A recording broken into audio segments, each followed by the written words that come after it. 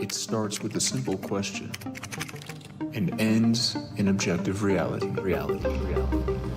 Through our journey from there to here, we find one another and ourselves.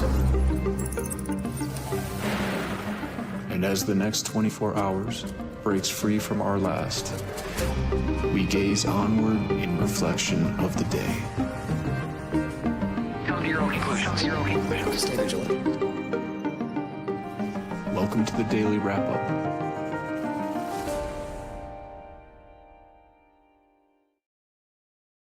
Friday, January 30th, 2026. Thank you for joining me today. A couple of quick announcements before we get right into it today. I want you guys to know that we've been having some pretty crazy weather and power-related issues here. I am in Tennessee, and all day today it's been up and down. I was talking about it earlier with some others that I don't know if I was at a coffee shop or somewhere, I was going to get a show out today. It's obviously been very difficult for those of us in this area to manage this.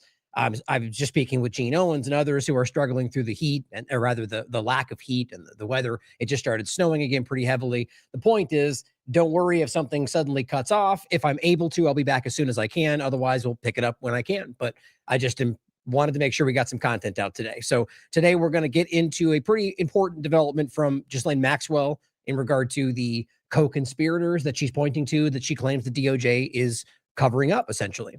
And that goes well across multiple administrations, as most honest people, I think, are beginning to tell you that this is not a unique left or right party issue.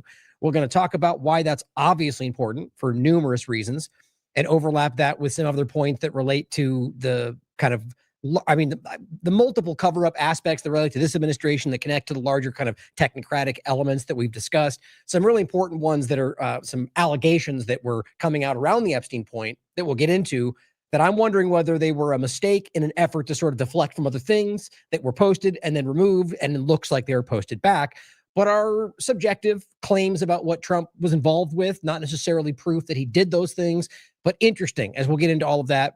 And with everything going on in the world, it's very much worth considering that the Epstein point is just, even though it makes them look bad, something to deflect from what else is happening. I always worth considering that, not assuming, but considering. We also have Kevin Warsh, the person that Trump is now pointing to be the next Fed chair, And why that's important is because of all the different connections this person has to a lot of different things, which doesn't necessarily mean he's who we worry he is, but it's worth pointing out. And it's also somebody who is part of the Bilderberg group, which is definitely not something that Trump is promising. It's multiple examples of the globalist direction, of even just the elitist deep state conversation, whatever you want to frame that is. All these choices continue to show you the wrong direction. And I think that's important, even if this person ends up to be in the interest of the United States. Those are two different conversations. He could still be ignoring what he promised you and then still do something good for the country. The point is first to acknowledge that these people are not what were promised. And it's also, I think, worth pointing out that they're not going to be good for this country. And then we're going to get into some points about Alex Preddy and the updates therein. Now, you might have seen some other videos that come out, which are very relevant.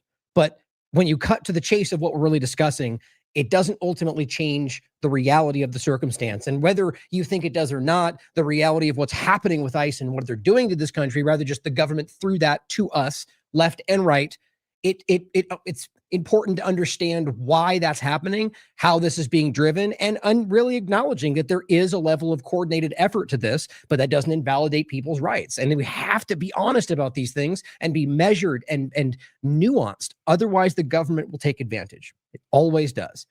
We'll leave it there. There's a lot of other things we're going to get into. I want to start with some points on foreign policy, because there's so much to get to that relates to this country and specifically from an American perspective. And, I am an American broadcasting from the United States, so I think that's where we can affect the most change. So it's important that we don't lose sight of these massive changing moments. But it's also really important, as I was highlighting just yesterday, that we don't lose sight of what's going on here. And I doubt most of you will. I'm of the mind that most of our audience here is very aware of what's going on and what's important in the world. Just from what I see most people say in the chats and the conversations and so on. But what I hope this doesn't get missed by people who are, those of us that are immersed in this from day to day. It can be an illusion often to think that people elsewhere have the same level of information that you do or see the same things that we do, because we tend to think this is what everyone's looking at, and it's not always the case. So consider that people are they care about these things, but maybe don't have the same time invested, aren't aware of the bigger picture. So my point is that I think it's important, all of us, myself with this show, what you're doing out there, to make sure that the conversation that is Gaza and what they're doing to the people of Palestine doesn't lose focus, as well as Lebanon, as well as what's going on in Syria, as well as what's about to happen in Cuba, what's going on in Venezuela. These, as I'm sure you all know, this is all very much interconnected. A lot of these things have been for a long time, for many new reasons added. I think they still are today to a much larger and more nefarious degree. But I just help me make sure that these things don't lose sight. Maybe I'm wrong in saying that. Maybe everybody's talking about it, and I hope so, because these things are important. But first, Netanyahu, this is antiwar.com. Please support the platform, one of the best out there. Israel will have control from river to the sea, including Gaza. Just to kind of quickly recenter and make sure we realize this didn't go the way they claimed it did ever at any point. And at this point in time, they're still pretending some ridiculous ceasefire. The point is they've been violating it every moment. And now you have Netanyahu for the 15th time, while lying to the Western audiences, coming out and just going, we're taking everything. That was always the plan, even though he's not explicitly saying it was always the plan. We can prove that. So it's just infuriating to see that this continues. And at the same moment, there's so much happening internally right now that it's important for Americans to not lose sight of that, but realize what a central role the U.S. government is playing in this genocide. This is our conversation. We need to be aware of that. And it's American responsibility to make sure we're pointing that out, and that the money that they're using in our name, this is something we can't lose sight of. Now, here's some other points I wanted you to see. IDF from Haaretz's article, IDF accepts Gaza military, can't read right now, health ministry estimate of over 70,000 killed. And it's way more than that, you understand, and this is why they're now accepting it. That was the number that they pushed back on like we were all a bunch of crazy lunatics when it was first discussed, when that was evident at the time. It's hundreds of thousands at this point, guys. They've admitted this in a lot of different sideway, discussing how many people will go at the end of these conversations. For example, they've let this cat out of the bag. And there's a Lancet study, as well as another one, I forget what platform it was, showing you that their estimate was, 600,000? And so recognize that now that the IDF is now at January 29, 2026, going, yes, fine, we accept that number. The number that you told us was not real because you didn't want to be seen for what you were doing. Now it's okay because I think they feel like people aren't paying attention as much, but realize how gross that is. And as Justin Amash points out, this exceeds 3% of the Gaza population.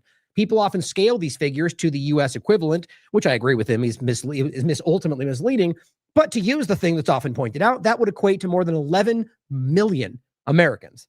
So if you want to make some kind of an overlapping point to the, respectively, based on the population size, this is like 11 million Americans being killed in a pinpoint targeted war only on, whatever the narrative is they're saying.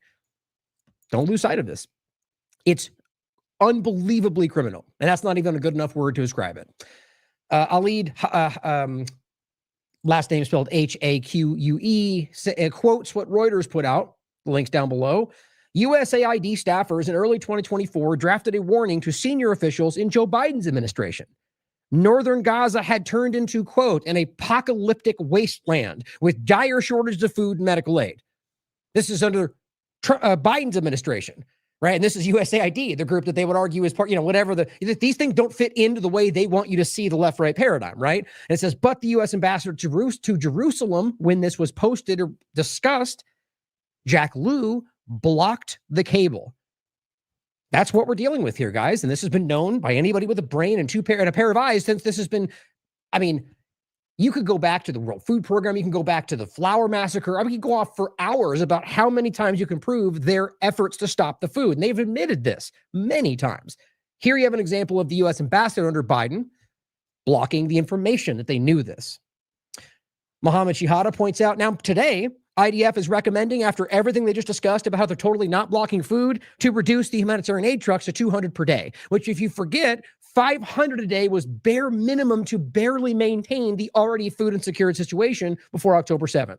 They knew that. They lied about that. And now, after continually blocking the food, they're now trying to roll it back to a level which they barely even been meeting in the first place, acting like this is phase 2 of the plan.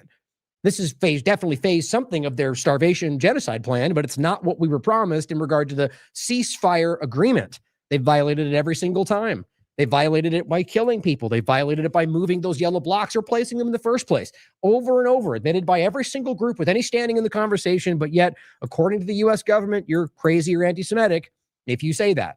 Israel intends to reduce the food and aid to Gaza to a third of the agreed-upon 600 trucks in the Trump plan. How is that not a violation? Well, guess what? It is. Nobody seems to care. As soon as Israel got its last captive out of Gaza, they're back to let's starve them to death, which is what many of them are actually saying out loud. Caitlin Johnstone points to what the White House said. Hopefully, Iran will quickly come to the table and negotiate a fair and equitable deal. No nuclear weapons. We're right back around to that. Now, the question is whether or not with the Iran conversation, which is very much, do we even really need to equivocate that Iran is Israel's agenda? I mean, I think this is at the highest level of the corporate media conversation at this point, where we can prove that Netanyahu's been driving this his entire career through multiple left-right administrations. He's been on video more than once admitting that, by the way. So here we are. We're now, with all that's going on, clearly this is Israel's agenda. This is not an America first, even America. This is in no way in the interest of average Americans, or I would even argue, quite frankly, the elitist circle outside of those who have business interests to take advantage of what might happen should they regime change Iran. But all that's going on, to pivot back to the nuclear weapons conversation, the one that Trump just recently told you was not even really what was going on, that his own people, including Tulsi Gabbard, told you was not actually happening, but then it went to missiles, right? But then it was something else. Now we're back to nuclear weapons. And what I'm trying to show you is that this is an oscillating narrative that is just about trying to make it bad guy Iran, look over there, which, by the way, is not like a head fake. They definitely are going and planning to go after Iran. This has been clear for a long time. My point is why now at this moment, and to make it so jarringly away from what you just said, again, I think that there's just a grouping of government entities who are desperate because the world's seeing through everything they're doing. Genuinely. Now, that's not my answer to everything. It's not always distractionary, but recognize with this, after what he just said, I don't know how else to read that. Or just that he's being forced to do it, and that's the only excuse they have. You can decide. But it says, he just wrote, a massive armada is heading to Iran. It's moving quickly. It's about no nuclear weapons, he repeats over and over. Make a new deal. You mean the deal that you personally are the one that, or rather just Trump's first administration, unilaterally pulled out of the deal that they agreed to, that nobody broke except you, and then used your pulling out of the JCPOA to blame them for violating the deal, which they never did, not even to this point in time. Because the agreement was, should the U.S. do what they did, you can read it for yourself. I went over it 75 times. Then they had the right to continually increase enrichment in their civilian capacity, which is what even the rest of his administration would tell you they're doing until they come back to the deal, which they never did. So now he's going, come back to the deal or we're going to attack you, which nobody responds to, probably by design. Caitlin Johnstone says, first, it was about going to war with Iran over possible nuclear weapons. Then it was about going to war with Iran because they're rebuilding their conventional weapons. Then it was about going to war with Iran because they're killing protesters. That was what I was thinking of. Now it's back to nukes again. By the way, the protester story, why that never really got momentum, they lied about the entire damn thing from the very beginning. Now, that's a whole different point of whether people are being killed and whether those are operatives or not. And we talked about that in earnest. I don't support governments killing their people in any context in protesting, but realize they lied. Not even their own team in, the multifaceted term that it is when it comes to the government foreign policy, believed them. I think that's very clear. And it's blowing up in their face. Now, Eric points out Trump officials are reportedly demanding that Iran not have any missiles that can hit Israel, according to CNN. Take that with a grain of salt, but I do believe this makes sense because this has been what's driving the entire conversation. Rubio has made this statement more than once. So now it's about us putting our U.S. soldiers on the line to make sure that Iran can't have missiles like every other place in the world does that can reach Israel. I mean, so what's what about every other location that can reach Iran? Or what about Israel's that can definitely, which is the point? It says, but Israel would keep all of its missiles, including nuclear weapons that could hit Iran. So the sticking point is an absurd demand that Iran agree to be defenseless, which then, of course, we're going to pretend like we don't know is going to rapidly lead to its overthrow. Come on. This is just insane, guys. But this is the kind of policy we get from the U.S. government today. Now, this is Rubio in front of Congress. First, two clips we're going to play. Him claiming that, oh my God, we've got 30 to 40,000 American soldiers that are in risk of their weapons. But there's no immediate reason to think that they're targeting them other than what your belligerent actions are causing, or that those weapons Right? The idea being that these weapons could aim in any direction and anybody in this area. And the reason that they're at risk is because they're there. As Daniel McAdams says, well, here's a thought, bring them home. Then there wouldn't be a problem. The only reason they're there is because of Israel's agenda. This is not America first. But every other group around them has weapons and ballistic missiles in the same conversation. So this is simply about this one-way conversation about what Iran can't do that everyone else can do because Israel says so. Try to make that into America first for me. On the issue of our presence in the region, here's the baseline I want to set for everybody. The baseline is this. We have 30 to 40,000 American troops stationed across 8 or 9 facilities in that region. All are within the reach. Theoretically, not theoretically, in reality, all are within the reach of an array of thousands of Iranian one-way UAVs and Iranian short-term ballistic missiles, short-range ballistic missiles that threaten our troop presence. Yeah, well, why not get rid of their grenades too? You know, because they could throw those a couple yards, right? Man, that's just too close, right? No grenades either. How about the stones? You can't get all those stones on the ground. They could throw those right in your face. I mean, I'm making a joke, obviously, but you have to understand how ridiculous this argument becomes when all you're talking about are by this logic, you could say literally anybody we don't like is not allowed to have any kind of weapon. Do you not realize how clearly this slippery slope goes in this direction? Look at what's happening to us right now with the conversation of guns from the Republican side of the conversation. There's an overlap here. We have to have enough force and power in the region, just on a baseline, to defend against that possibility. That at some point, as a result of something, the Iranian regime decides to strike at our troop presence. And something like, I don't know, illegal actions in their country, something like, assassinating their scientists, something like bombing Soleimani in a diplomatic mission, something like arming protesters to shoot their government people, something like that. How dare they respond? And I'm not saying that we should not. The point would be is this is being caused by what the U.S. government is doing. Not that you should then just ignore anything they do in response. It still matters. But you have to be honest about where this is coming from. This is the same old joke you hear. That's why these things are being laughed at today. Right? How dare Iran put their country so close to our bases? This is obvious what's driving. It's obvious what's driving this, rather. The region. The president always reserves the preemptive defensive option. In essence, if we have indications that, in fact, they're going to attack our troops in the region, to defend our personnel in the region. Like they lied about already. That's called the Bethlehem Doctrine. It really stems from the Israeli government. It's something the UK, the US, and Israel all adopt and is absurd. It means they say you're about to do something, we can bomb you and call that defense. I know it might be shocking to wrap your mind around this. They've lied about that before. It's crazy, right? Realize that a good example is Bolton, Donald Trump, and the limpet mines. That, no pun intended, that blew up in their face. It was not what they claimed, and it had to come all the way back to them admitting that Bolton was discussing their boats moving in their harbors. That's it. And they just went, they've got boxes and things covered. That must be bombs. And they literally used that ridiculous argument to rush forward all that they did. They manufactured the entire thing, limpet mines included. They got exposed for all of that. Some of the out there still might not know that because there's so much propaganda flying around. But just think about that. So the Bethlehem Doctrine is what he's discussing. So we can go, they're about to do this and act. From one of the most dishonest administrations that possibly in history, we're going to let them tell you what they're about to do to justify what they want to do. Come on.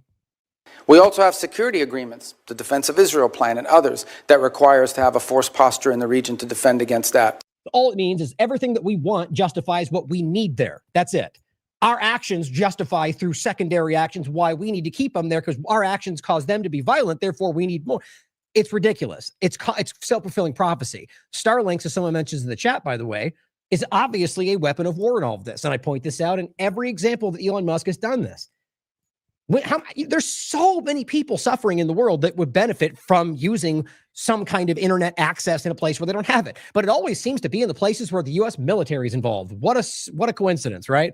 It's not just about internet access, guys. These are tools of the Department of War. It's what we're talking about. Now, another clip. This is Akron shared this, and it's Rand Paul responding. Actually, really, it's going back and forth, but this is one of the clips where he asks him a point-blank question. And this is, again, this is like everything else we're discussing, sort of microcosm of the entire conversation of ICE or anything else. It really does come down to, and there's actually a clip of Rand Paul making the same kind of point about Alex Preddy. All right, is that you can get into all the nuance and the emotional opinions, and sure, maybe you even think he deserved what he got. It doesn't change the legality of what happened and the rights that are on display, whether or not they're being coordinated and funded. And it matters, though, but so too do your rights. And a government will always use coordinated provocateurs to manipulate your rights and remove them. Republicans know this better than anybody, it seems, but can't seem to acknowledge it. Well, I take that back. I think more than the majority right now are checking the system, I think, or their team. But back to this point, is that it's a hypocritical reality to pretend like you stealing Maduro is what they're discussing is somehow completely okay because they're a bad guy, right? But then when the question is, if it was done to us, what would your response be? And you could be honest right here. And you could say, okay, well, I get your point, right? Doing it to us we would call that a crime. We would call that terrorism, right? But here's the difference. And at least try to make an argument for why there's a difference there and say, well, and he kind of makes the point about how they're criminals and we don't think they're the leader. But that's not my point is like with Noam is that they could lie better than this. And I think that does speak to some level of incompetence, but Rubio's been doing this a long time. So I think there's another agenda kind of mixed up in that. But at the end of the day, this is what hypocrisy looks like. And if you have a standard or principle like we're talking about, this would violate that. If you think it's wrong to do it to you, then it should be wrong to do it to anybody else, regardless of the justification. This is what's running most of the things in this country right now. Our founders debated extensively over which branch of government should have the power to declare or initiate war. Virtually unanimously, they decided, and what was entered into the Constitution was that the declaration or initiation of war would be the power of Congress. Now, we have many advocates, many of whom are here today, who have been advocates for an expansive notion of presidential power. They often argue that wars are not really wars, that they're kinetic actions or drug busts. I think, though, if you reverse the circumstances, it becomes very difficult for these arguments to hold up.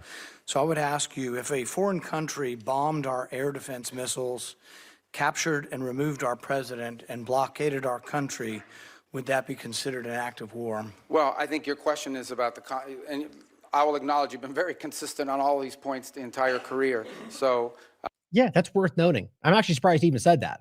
Because what that shows is actual principle in this conversation, right? That it doesn't matter what my personal political agenda is. It matters that that's simply wrong, regardless of how it makes sense for me. Let me. No matter who's in charge. So I will point to two things. The first is it's hard for us to conceive that an operation that lasted about 4.5 hours and was a law enforcement operation to capture someone we don't recognize as a head of state, indicted in the United States, wanted with a $50 million bounty. My question would be, if it only took 4 hours to take our president, it's very short, nobody dies on the other side, nobody dies on our side, it's perfect. Would it be an act of war? We just don't. And add his point to it. Let's just say Iran, amongst themselves, decided legally that Trump isn't even the president. We legally argue that he's not even supposed to be there based on our assessment. And then we indicted him in our court. That's what they're doing. This is not hard to understand if you're just objective and recognize that even if you do think the guy deserved to be removed, that what they're doing is built on sand. And in a lot of ways by design. And the only way I mean that is that from the larger perspective, I feel like a lot of these things are being done in ways that actually dismantle what this country is. That's my opinion entirely. So take that for what you will. The point is, the first point, obviously, is that this is hypocritical, and what they're doing is exposing that. I ask why is the third point in that. I'm so glad this is actually being discussed, though, at some level. And again, I'll add a fourth point, that this is an example of why you guys are a success in all of this. Do you realize this is crazy at a time where your work, independent media, people out there who are calling these things out are forcing them to have these conversations? This is not, in my experience, this is not the way this used to go. I don't just mean in front of Congress. I mean that there's certain talking points that never used to really come out. You should pat yourself on the back for that. I don't believe that this operation comes anywhere close to the constitutional definition of war. But would it be an act of war if someone did it to us? Nobody dies, few casualties, they're in and out. Boom, it's a perfect military operation. Would that be an act of war? Of course it would be an act of war. I'm probably the most anti-war person in the Senate. And even if it didn't meet the constitutional definition that he's pointing to, you know as well as I and everybody else listening that Trump or Biden or the rest would deem it as such. You know they would. And I would vote to declare war if someone invaded our country and took our president. So I think we need to at least acknowledge this is a one-way argument. One-way arguments that don't rebound, that you can't apply to yourselves, that cannot be universally applicable are bad arguments. Yeah, look at that. Now I'm sure you can see why that's relevant to the larger conversation of ICE and everything else today, right? Because that's what's happening. Right? The arguments that you can only apply one direction are not good arguments, because that means there's lacking logic, or that it's a contradictory statement, or there's plenty of examples that we can see across the board right now. Renee and Alex being two of them, by the way. But here on Iran, Ted Cruz comes out and says we should be arming the protesters in Iran now. This is what he tweeted on the 27th. Talk about tone deaf with what's going on in this country.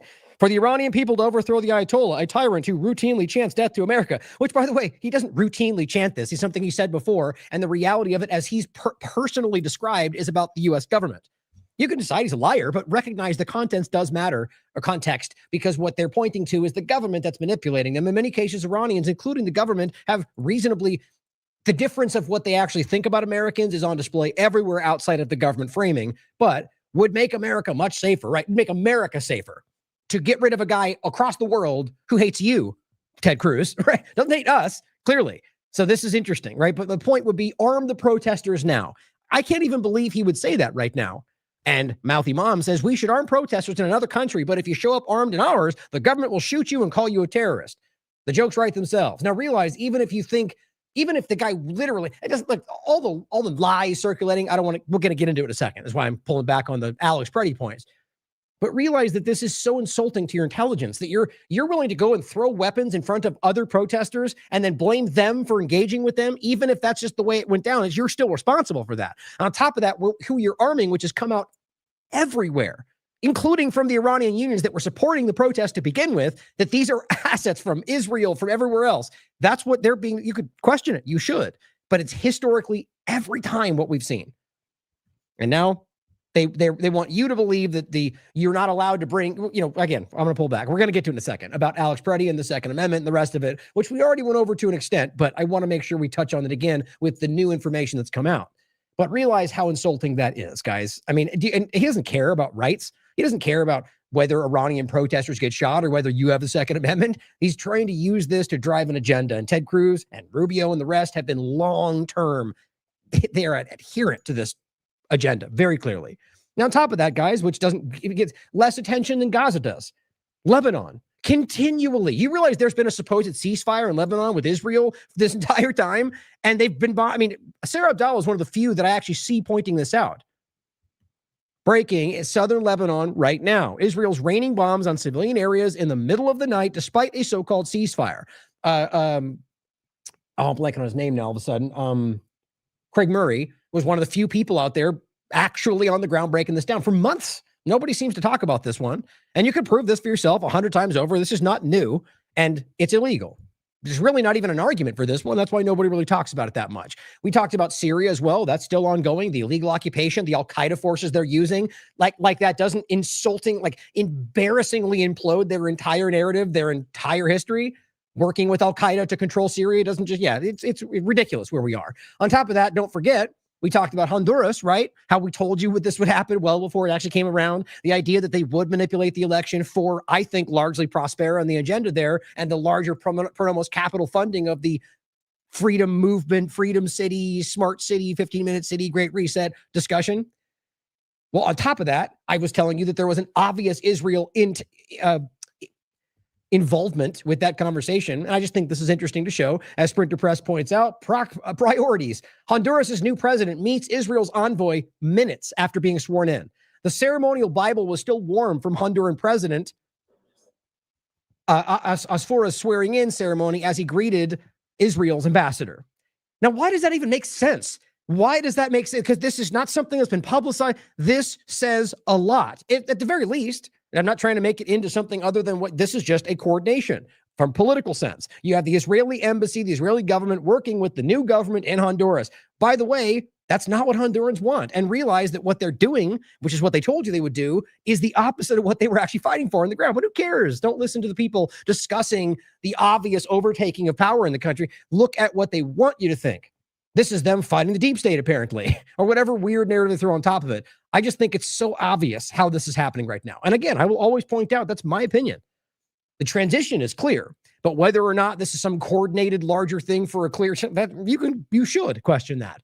But my God, this is obvious to me.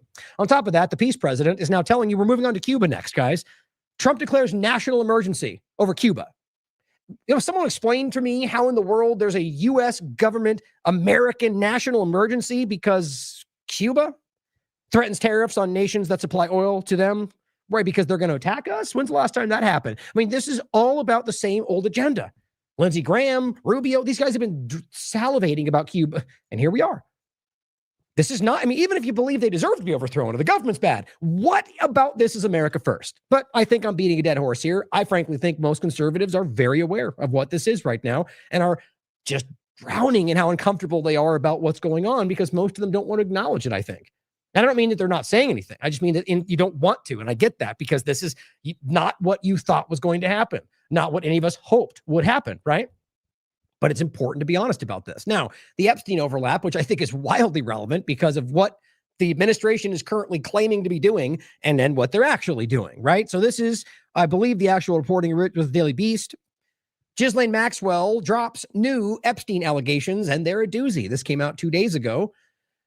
Longtime Jeffrey Epstein associate Ghislaine Maxwell has revealed that more than 24 men received cushy plea deals with the government.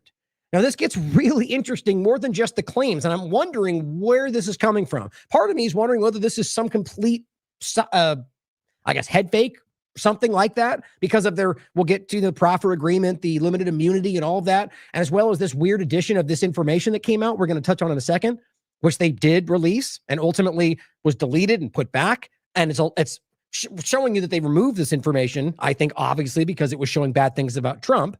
But we'll get into that it seems to be largely, a witness claiming they saw something or the other, which clearly matters. And if it was a witness saying anything about Biden, they would all buy it without even considering it, the team sport players. But what's interesting is that it's there, they deleted it and put it back.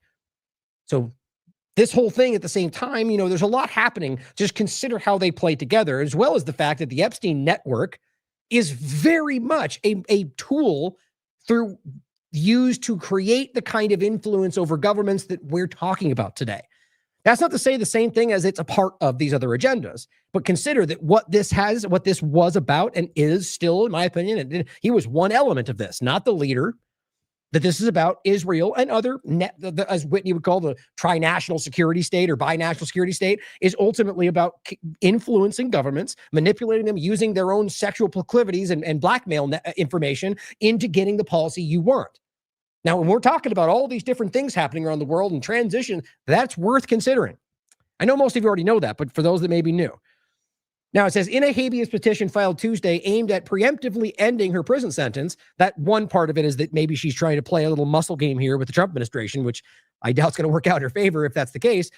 Maxwell alleged that 29 friends of the notorious sex trafficker and had been protected, her word, by the Justice Department by way of secret settlements. Now, this is interesting because is she talking about the current discussion right now of this administration, or is she talking about the ongoing DOJ of the left and right governments that the whole time this has been happening? Really, I think this is pretty bad for Trump and his administration because there's only two ways that you can think about this making sense. Either what she's saying is this has been the case, which would then mean that it's passed through one of his administrations one way or the other, or she means it's happening right now, which is clearly his administration. I just don't see how you don't associate this with him, or rather just his administration in some way. And it goes on to say, those settlements went to 25 men and 4 potential co-conspirators. Now, that means, I guess, the 4 main people would be the ones that were literally a part of the crime, and that 25 of them could have been people involved with those, maybe people procuring what they were selling, just my opinion. And that was reported to Daily Beast. Now, the petition has prompted questions regarding the identities of the cloaked individuals and why the DOJ would offer them protection. Now, let's not forget, guys, we already know in a larger kind of abstract way that they were, as even Massey pointed out, redacting the names of child predators. That's exactly what he pointed out. And then we have examples of different things being redacted. They claim were about Trump, or rather they didn't claim, but that came out because of the space after his name. And you could find they deleted his name 600 times. And all this was public information. So when this about the cloaked individuals, I mean, it's not hard to recognize that they're capable of that, as they've already been doing that for their own interest. But this, again, might reflect on more than just Trump's administration. Congress passed the Epstein Files Transparency Act on November 19th to force the executive branch to release the files in their entirety, which they obviously haven't done. The bill stipulated that the Justice Department had 30 days, which they've long passed, to comply. But that deadline has since disappeared in the rear view. It is now late January, and less than 1% of the files have been made public. Now, today, or over yesterday to today, they're now claiming we're releasing 3 million more pages. And I think it's very telling that this is happening on the back of what we're talking about. I think it's very reactionary. And really, what they ultimately release will change everything or not, is the point. Like they keep doing and acting like, that's it, we're done. And then it doesn't change anything. And we point out that it's all redundant information that we already knew, and you redacted all the important parts. And then they go, oh, wait, we have a truckload, or whatever keeps happening. I'm kind of being facetious, but we've seen this process. So whatever they claim they put out versus what they do put out will make a big difference, right? The Department of Justice is openly defying the law, says Rokana, by refusing to release the full Epstein files. And they are, guys. This is not, what they're doing is breaking the law. And they're just trying to act like we're doing our best. That's not an excuse. That's not how this works. Millions of files are being kept from the public. Maxwell's attorneys have pressed the White House for a pardon for several months now. That's why, they have been, and I think this might be a factor on what's happening here. A July interview between Maxwell and the DOJ proved incredibly fruitful for the convict, however, sparking concerns the Trump administration had offered Maxwell a quid pro quo in exchange for a revised Epstein list. Well, it's not a secret. She was literally given limited immunity in her proffer agreement, which meant that they went whatever, and this was openly discussed, whatever information she gave them, she was ultimately immune from. And this is, that's right when this came out. I was outraged about that.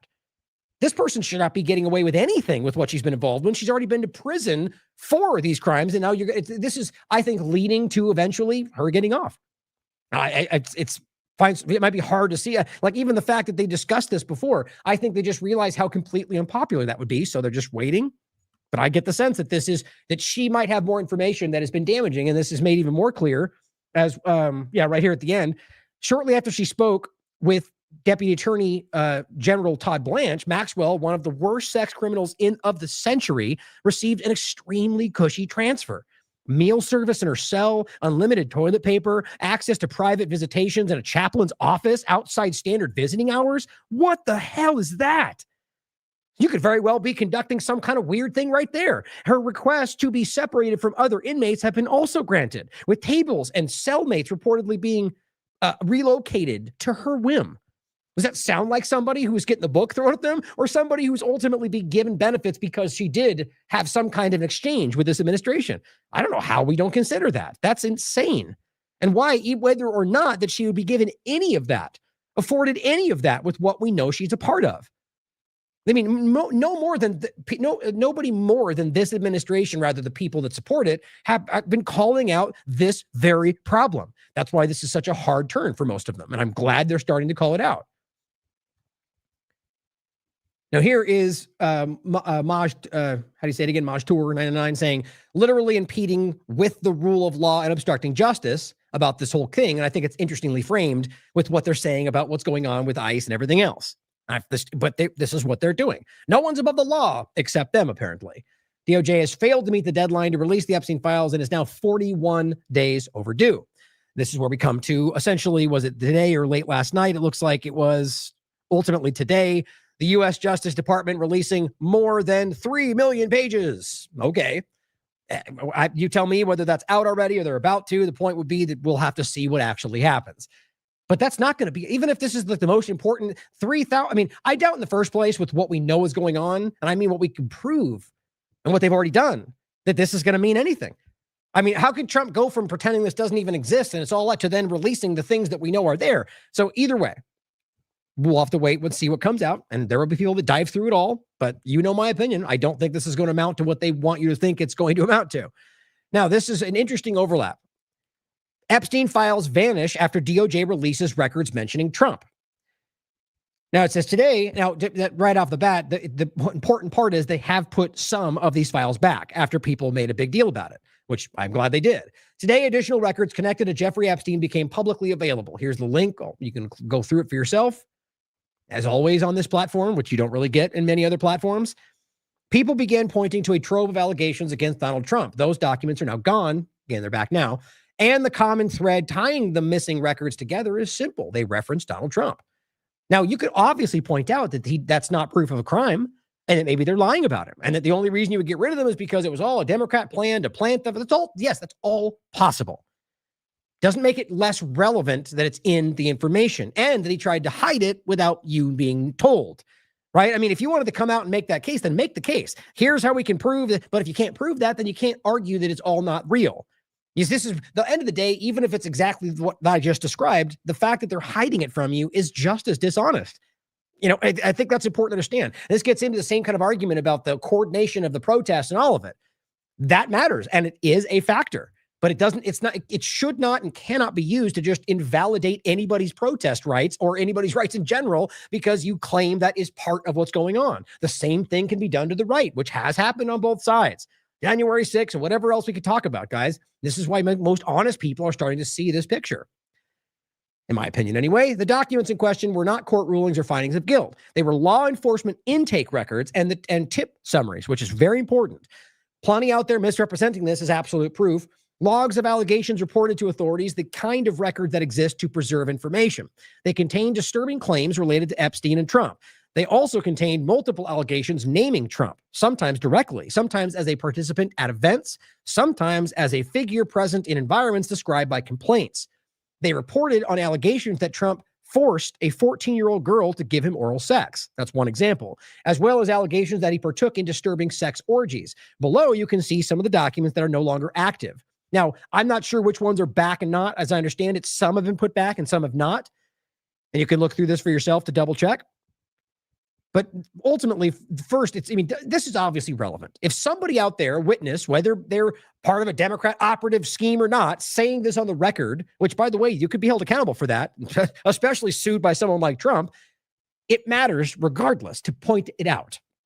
But I'm going to go ahead and I'm not going to go through this tooth and comb about all the different claims for that very reason. Just recognize, as we just pointed out, the one that they're highlighting there, these are major, very serious allegations. But it ultimately comes down to this person's claiming this and we can't prove it. So the information's within here. What I think is most important is that they're now trying, in the moment anyway, is that they're now trying to hide this from you, or at least they were until it was seen. Anybody should recognize how relevant that is if you don't see this as a team sport game. But I'll include his post here, which you can read for yourself, as well as Orwell posted this. I'll just leave this article here. Kushner's buddies are on trial right now for this. Here's what Orwell was referencing. Witness at Alexander Brothers sex trafficking trial tells of a celebrity night that became a horror. So her point is simply that this very well may be in reference to this exact overlap that is, if that's the case, then this is a real event that is being tried right now. Now, all of these are relevant if you're being objective. And I'll include this post, like I said, where you can go through these, check them out for yourself. Now, Gen X Girl put this post out, which will overlap with the recent, the suggestive appointment of Warsh in regard to the Fed. Gen X Girl writes, imagine not releasing the Epstein files, but instead appointing the son of Epstein's buddy, Ronald Lauder, as Federal Reserve Chair. She calls Trump disgusting and, everything else they're calling him. Now, what's important is Ronald Lauder is not, I'm suddenly blanking, Kevin Warsh is not the same person, right? But the connections matter, at least insofar as that they're there and that you should know about them and ask whether or not that could be a driving factor in choices. But I think that's important to frame it that way, right? Because ultimately, having this father or anybody's father does not therefore make you part of what they were part of, but it very well could, right? And on top of that, in many cases, especially in our U.S. political sphere, that these things extend through the family. That's not hard to see. But so that being said, let's play this clip, and then she references a good article here on Clued from Whitney Webb from Impress News about the mega group and so on, but also the connection to just the fact that Warsh is also connected to Bilderberg. And I think that alone, you could make the same point. It shouldn't mean he's inherently or proven to be whatever, but that is an organization that is counter to everything Trump says he's fighting, or rather that they're the representation of what Trump feigns to be fighting in the world. That's obviously relevant. So we'll go through some of this right now. Let's play this clip first. Oh, and here's the post for Disclosed TV. Trump is preparing to nominate Kevin Warsh, son-in-law of Ronald Lauder, that from the Estee Lauder, money, former steering committee member of Bilderberg. Like, that to me matters, right? It very much does. This is somebody who's a part of this for more reasons than just that. Now, like I said, maybe he's not some organized part of the larger agenda. But from a perspective of what Trump claims he's doing and what people are claiming he's doing, I think that stands out. And then, of course, you then overlap that with all the other examples of Soros, Percent, and all the different examples of people in his team that are the exact opposite of what he claimed, and Silicon Valley and Bill Gates and everybody else, right? So here's her clip first. All world leaders, all politicians must lead in this effort. Now, this is Ronald Lauder speaking about why your speech should be restricted if they argue you're being anti-Semitic. Words are not enough. Political speeches are not enough. Laws must be passed, severe, tough, real laws that will put these hate mongers away in prison for a long time. Well, it's always important to point out, guys, regardless of what you think about it, and I would agree, people who are irrationally hate irrationally people because of their religion or their skin color, they're disgusting. And we can call that. We can all acknowledge you can acknowledge your opinion, whatever way it goes. But it's also free speech. It's also protected, or rather the Constitution outlines the inherent right you have to express whatever you want to say. So the idea that we're ever at a point where we're rationalizing anything, whether it's hatred of Muslims or Christians or anything, by words, by statements, by, other than a action that is violent, which then becomes its own law, its own crime. It's just unconstitutional. It's exactly what we're always pointing out about what this administration's been doing, and so too have the others before him. It's just the same argument. But what's important, again, this is Lauder saying this. He's also the head of the World Jewish Congress. Now, I'm not of the mind that being Jewish inherently makes you part of this problem. But it's always worth noting the overlap of what Zionism is, the political organization, and how it uses the idea of Judaism. So it is, and as they will clearly point out, that this is something that is, the state of the Jews alone, as Netanyahu points out. So it's not unjustified to point out a connection, but it can't mean because of that that's just how you get played. That's what Zionism is doing to people. It's a trap set to justify its existence. If you want to know more on that, actually, I'll include a show we did about that. Let me grab one here. Let's grab the interview we did with Dan Cohen on that specific point. Oh, this is a good one too here. Let me get both those. This one was more about Haiti.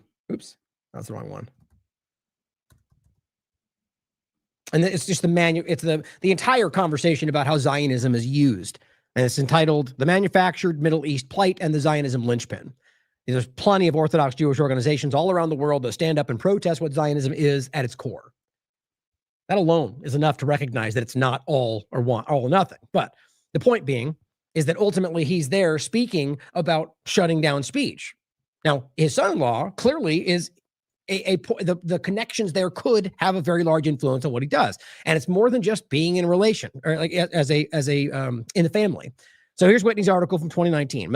Mega Group, Maxwell's, and Mossad, the spy story at the heart of the Jeffrey Epstein scandal. So again, if you're just tuning in, Robert Lauder, we just heard speaking, his son-in-law is the person who Trump is suggesting become the Fed chair. Now it says, Epstein appears to have ties to Israeli intelligence and has well-documented ties to the influential Israeli politicians and the mega group. Yet, those entities are not isolated in and of themselves, as many have also connected to the organized crime network and powerful alleged pedophiles discussed in previous installments of this series. Perhaps the best illustration of how the connections between many of these players often meld together can be seen in Ronald Lauder, a mega group member, founder member of the Reagan administration, longtime donor to Israeli Prime Minister Benjamin Netanyahu and Israel's Likud party, as well as a longtime friend of Donald Trump and Roy Cohen. All of these are very relevant if you understand the bigger picture here. If you don't understand that, I recommend you read Whitney's books or go deeper into her articles here. It's just organized crime, guys. It's obvious what's, I think, for a long time been kind of the driving factor in what's going on in this country.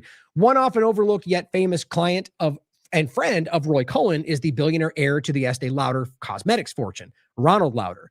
Lauder is often described in the press as a leading Jewish philanthropist and is the president of the World Jewish Congress, yet his many media profiles tend to leave out his highly political past.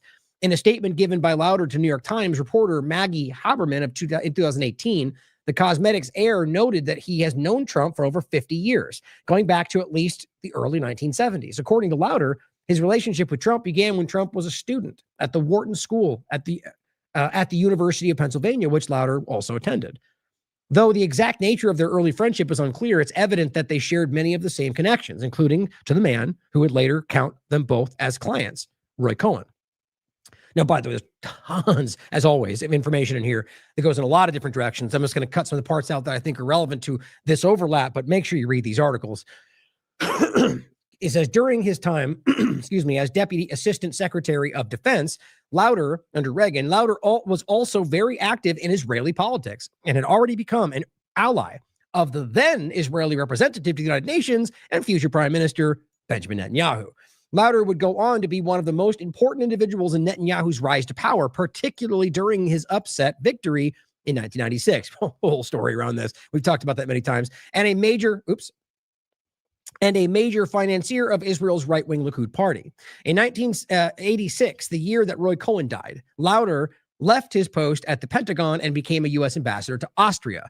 Now, there's a big overlapping conversation here. I'll maybe just leave it with that about whether the argument being, which is being framed out there as absolute, but Whitney seems to argue it's possible that basically Lauder, as the ambassador in Austria, was behind creating a false passport for Epstein, which allowed him to skirt the restrictions on him at the time.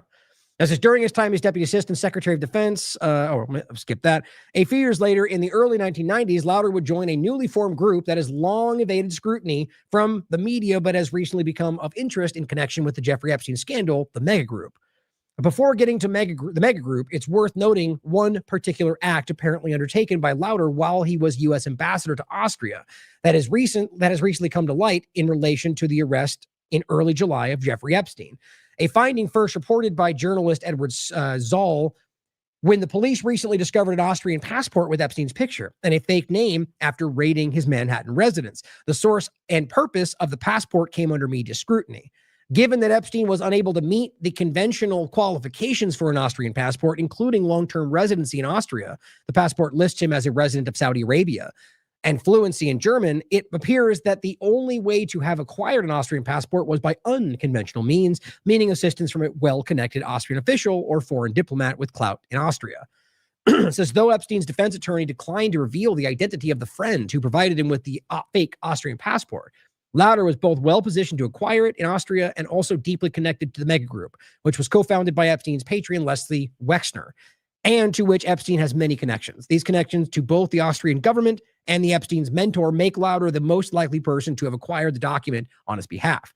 Now, there's a lot to get into in all this, but what I think is very interesting is, now remember, the son-in-laws we're discussing, is the idea that this is somebody who's in what appears to be very clearly interconnected with this larger foreign policy apparatus around Epstein, around Israel, and was close friends with all of them, including Trump and Netanyahu. So I think that's worth considering, that his son, their extension, is in some way connected to that influence, if not very least that they could use him to influence his son. Now, that's just pointing out the obvious, but that shouldn't be used to argue that therefore we know, everything's everything. It's not that what happens in the mainstream alternative media today is that you use certain points to argue an absolute, which aren't always there. Just worth considering that. Now, going into him in particular, which will make this even more interesting, I think. This is an article put up, this is today actually.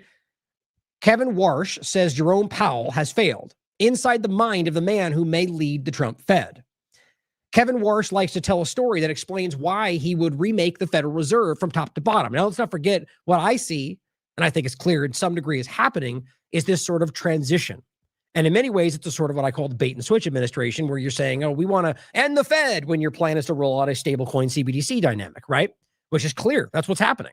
So when you have a person coming out in any of these conversations and offering radical change into what we ultimately wanted, we should be very skeptical. Hope for that, but criticize, question, prove. Because at the end of the day, If you're coming out with an idea that reimagines how this all works, I can see the outlines of what they're already building. And to me, that's not what anybody wants, especially those that talked about ending the Fed or realizing that their way they're using Bitcoin is actually a complete manipulation of what it was originally designed to be and all of these things. So he explains why he will remake the Federal Reserve from top to bottom if Trump chooses him to be the central bank's next chair. Trump will soon announce a replacement for current chair Jerome Powell and has named Warsh as one of his top candidates for the job. Not necessarily going to happen, has to be confirmed by the Senate and so on. Warsh made history by becoming the youngest ever Fed governor at 35.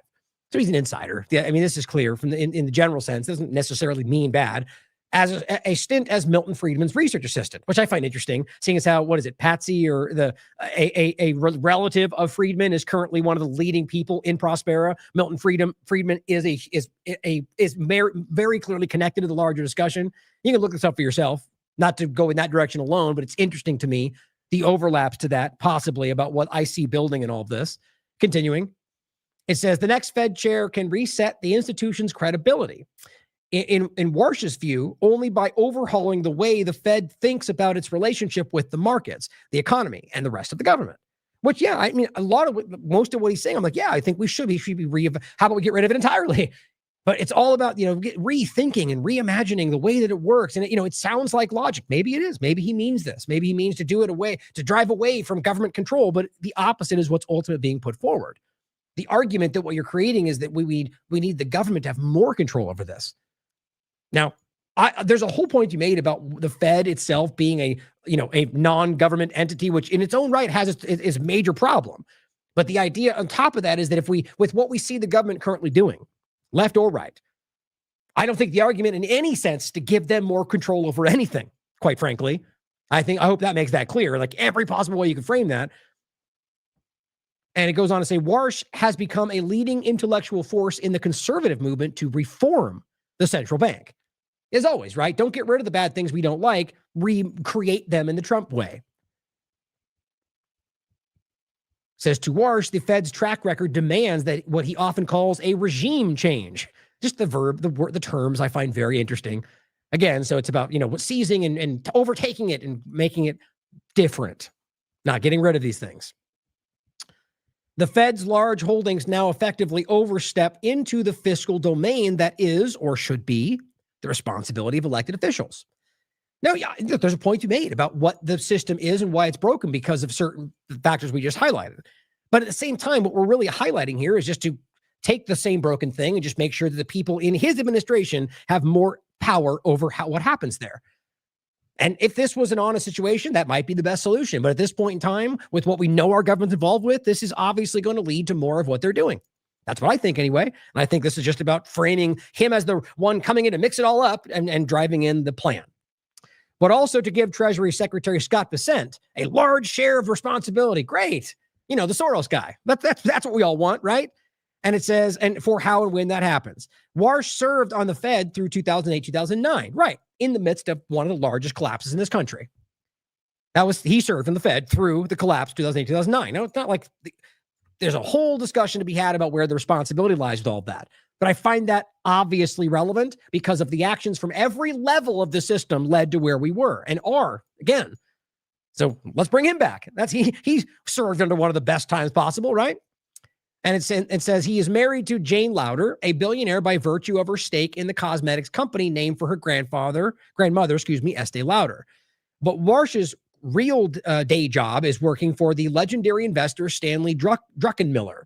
Warsh was hired in 2011 by Druckenmiller after working through the 2008 collapse and stopped taking outside investors. He was hired in 2011 after Druckenmiller stopped taking outside investors' money and set up what is it? How would you say that? Duquesne? Duquesne family. To the Duquesne family office to manage his small nest egg. That's what he framed.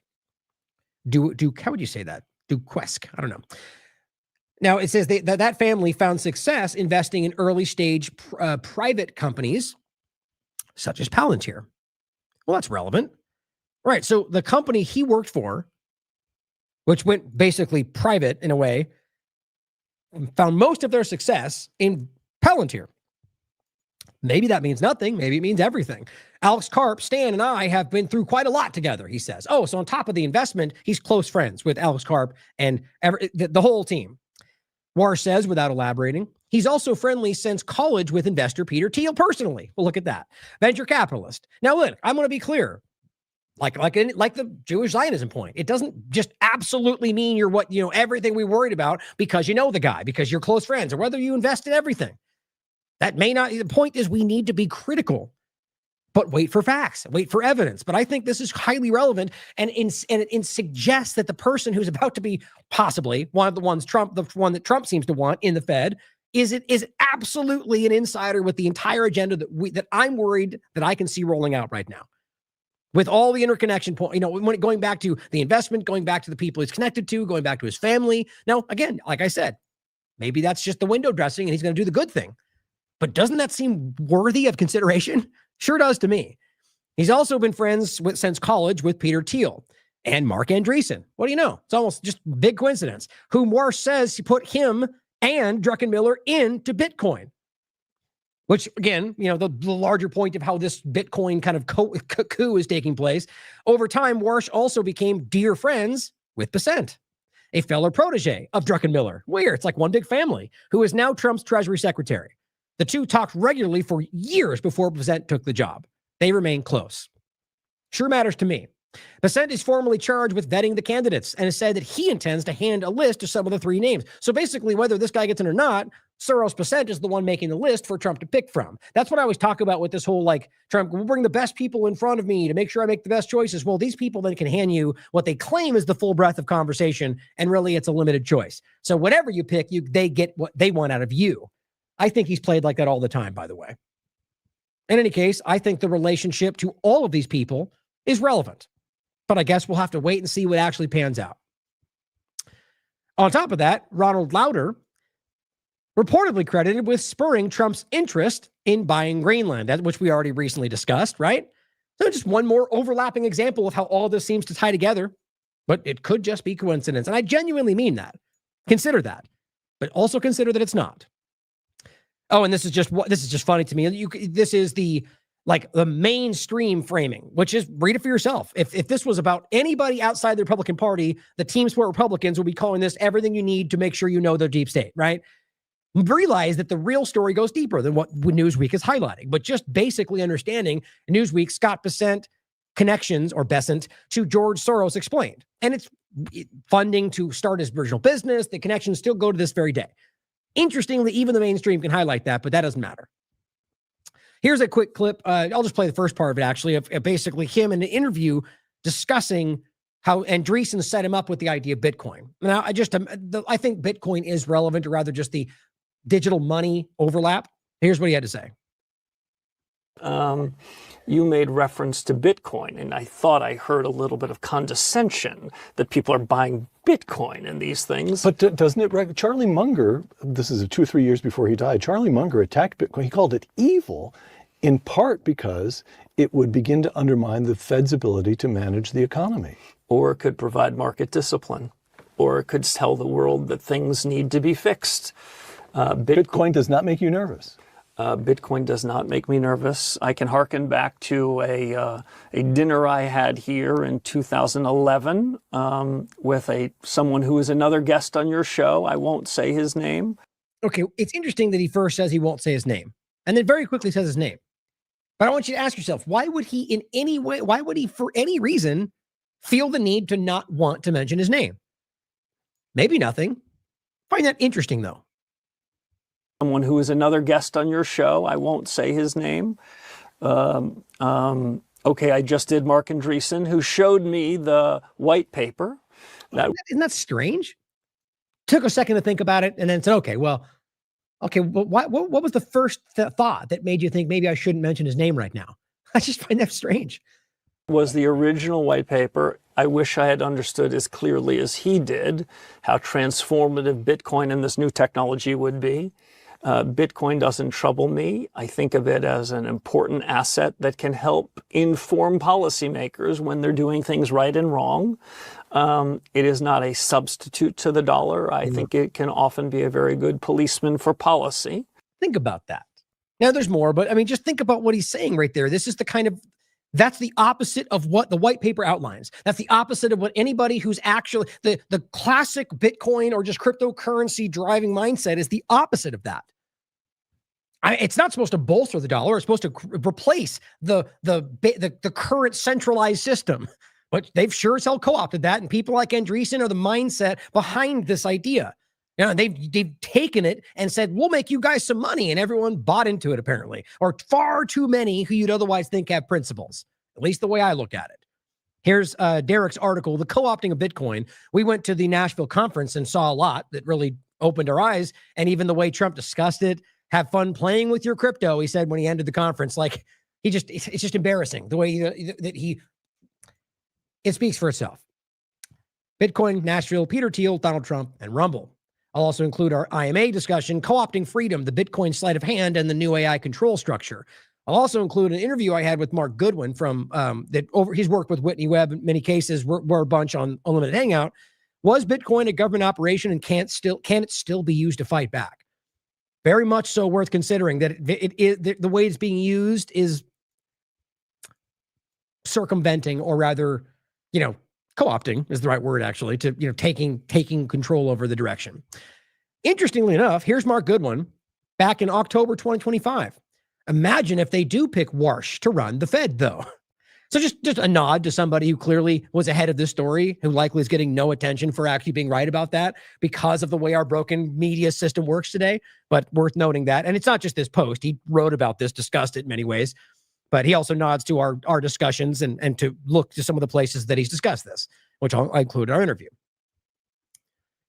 Patriotic Blonde highlights something else in this that I think is connected to the larger conversation of, I guess, the bait and switch of it all.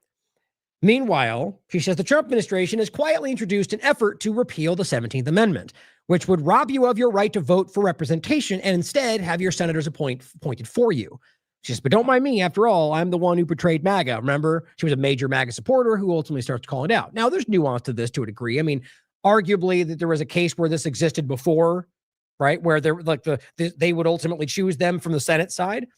But I obviously agree with the sense of when you give the government power, even if you agree that was at one point the way it should have worked, you give the government power to pick who they want in power. Well, that will continue to centralize power in their benefit. Now, you may argue at one point that was the way to go. But right now, this conversation, as it's right here in the document, it says this nation is best served by returning to the prior constitutional system that provided for each state's legislature to elect that state's United States senators. I just think that's insane with where we are. Right? I mean, all that's going to amount to is less influence from people, if you even have influence over that today. But you guys can read more in the comments and do it for yourself. I think look at what's happening right now. First Amendment, Second Amendment, 14th Amendment, Fourth Amendment, across the board, guys. Have we ever had these kind of conversations we've worried about this with Obama and others, right? But look at where we are right now. These things are happening. Now, even if you agree with the actions they're taking, they're still being used to change the reality of the constitutional landscape here. Now, before we go past this, there's another point I wanted to play here in this same kind of bait and switch point. You might have seen this conversation with Massey on Jimmy Dore. And they just quote it basically right here, but this is pretty insane. We shared with you Massey telling you that Kash Patel's FBI was threatening him or his people in his staff with investigations should they not play ball. That was his term that he claimed they used. Now I have no reason to think that's not what's happening based on their actions, but we should question it all. Here he is again on Jimmy Dore with even more of saying that this is them, that he's having people quit because they're being threatened by Trump's administration. Guys, if this is what's happening, and we should question it like it all, like everything, I don't know what more you would need to see to understand what this group is. This is not a Democrat. This is probably one of the most obviously Republican line towing people in the sense of just aligning with the GOP agenda than anybody else in the America First group, and is clearly standing by his principles with, everything I've seen so far in this administration. And he's the one they're threatening. What does that show you? Let me describe some of the other things they do that you don't see. 3 of my consultants have quit, on my campaign, and all 3 for the same reason. And I don't blame them. I'm not even mad at them. If I were in their shoes, I'd probably quit too. They were told that your other 3 clients will fire you, or sorry, your other 30 clients will fire you if you keep working for Massey. And so they make it hard to basically to hire the people. Then and for everyone that quit, okay, you go out and you interview 10 people to replace them, and they all tell you the same thing: I can't work for you, or I'll lose all my other clients. So it's like it's a mafia in the consultant world. And by the way, I really love the consultants I got now, because they're the ones who said, screw you, I'm going to work for Massey because I believe in what he's doing and I'm good enough at my job. I'll go find some other clients. What an interesting point. Like, hypothetically, which day by day, he's making it seem more the case, hypothetically, that Massey is everything he shows to be. All you're really doing is ultimately like helping him find the people who are not ideologically driven, people who are there because they believe in what he's fighting for. And that people, it's like you're literally helping him in the long run. Maybe people who are dishonest might not be able to even see that. But isn't that interesting to think about? And I think this is, this is the desperation of the current government stance. And what it really shows you is how obvious it is. If basic, like just a simple stance against them, just standing there doing the thing you claim you're doing, is that clearly contradictory. It's night and day. What does that tell you? You think conservatives can't see that, guys? Your clowns fire me. Okay. So good for them. The other thing they do is, I told you I may have told you this, maybe I didn't. I've got 15,000 donors across the United States. My average donation is $80. Is that because I don't want millionaires to give to a super PAC and to help me?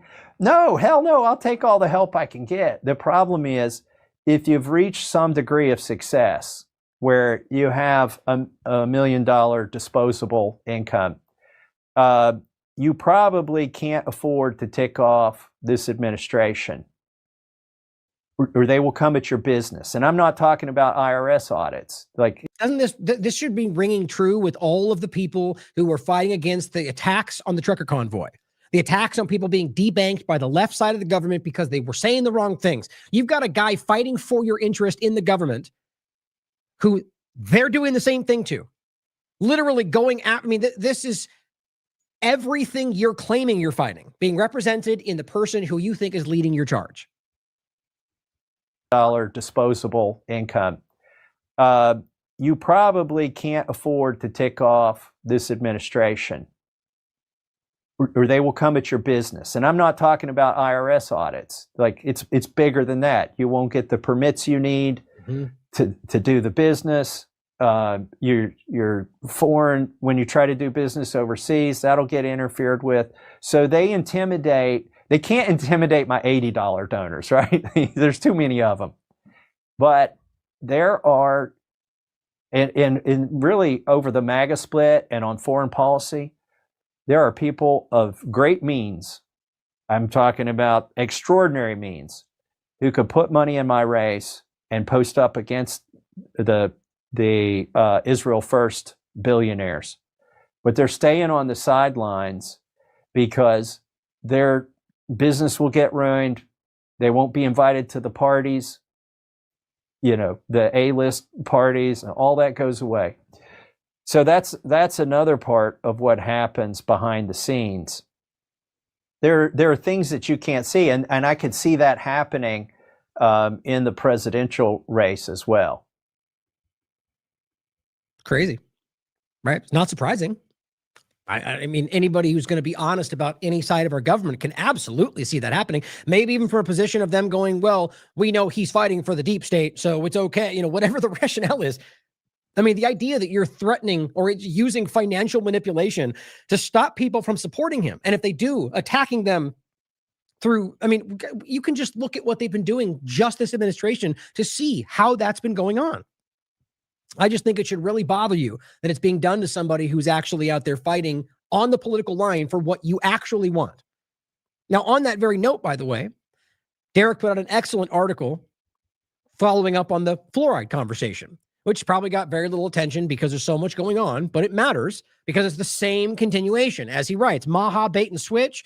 Trump's EPA calls for review of fluoride science while ignoring historic ruling on fluoride. There's plenty of the either people that can't see how clear of manipulation this is, in my opinion, or those that don't care are out there acting like this is a win. The truth is you've already got the ruling. It causes harm. What they're being ordered to do is flesh out that harm.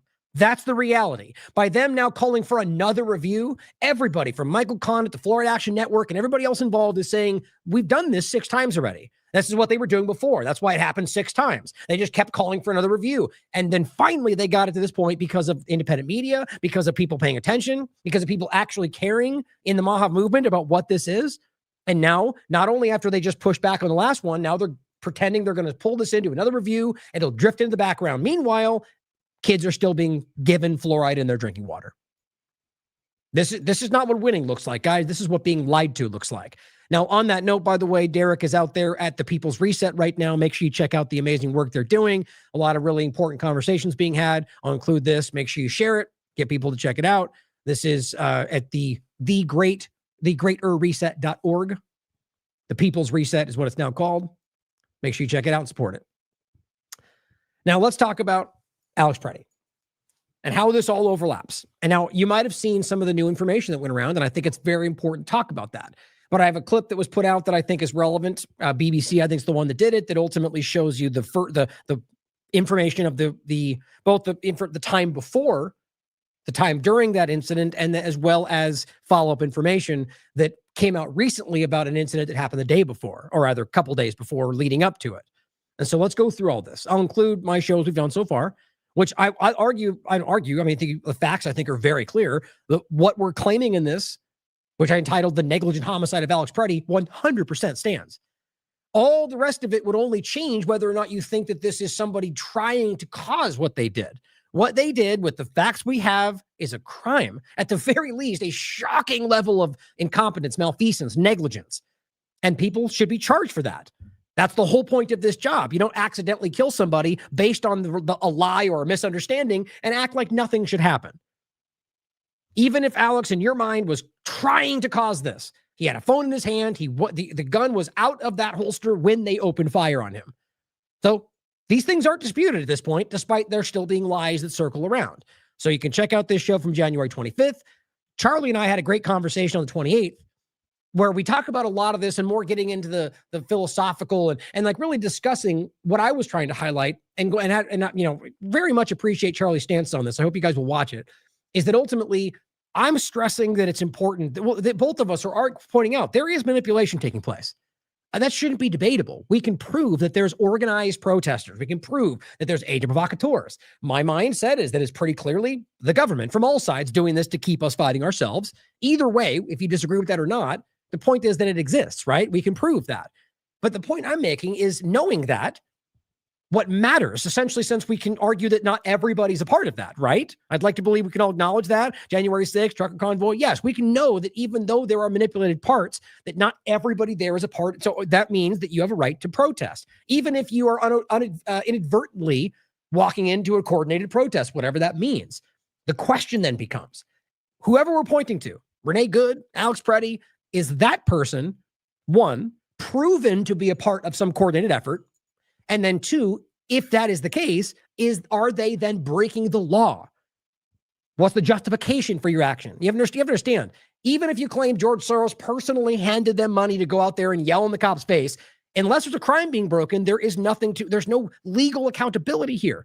And I'm in no way suggesting that there's nothing, we should ignore that. In fact, I think that's one of the largest problems of how the entire thing is used against us from all sides.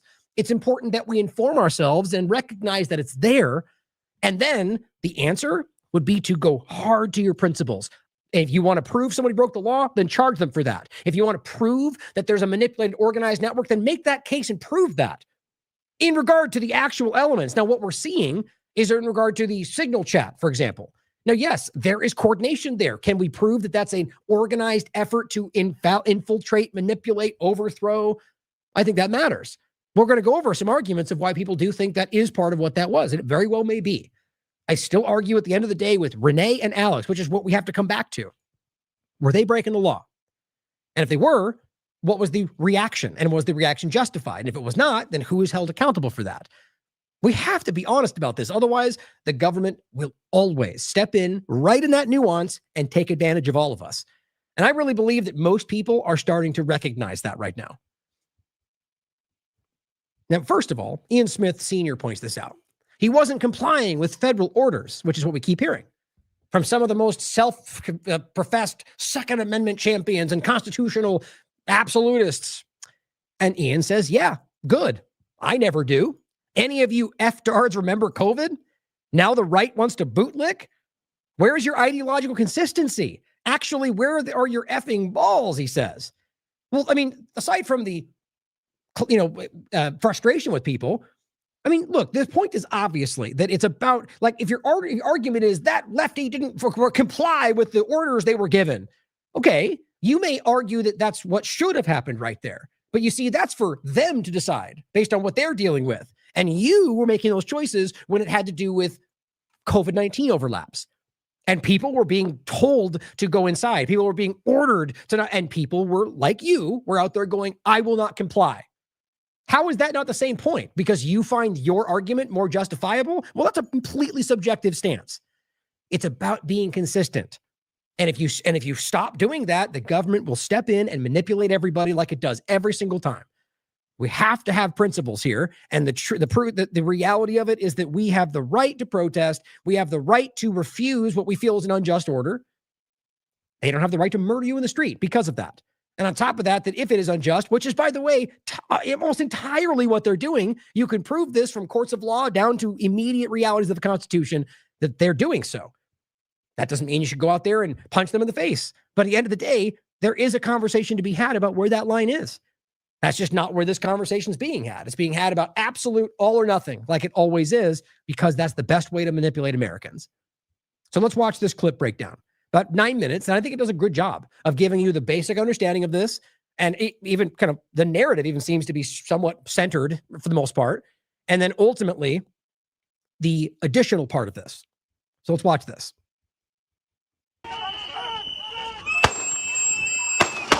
Alex Pretty was killed by federal agents on Saturday the 24th of January. He was shot in Nicollet Avenue in Minneapolis, less than 3 weeks after Renee Good was also shot and killed by federal agents in the city. In the hours after Alex Pretty's death, the Trump administration offered this explanation. This looks like a situation where an individual arrived at this scene to inflict maximum damage on individuals and to kill law enforcement.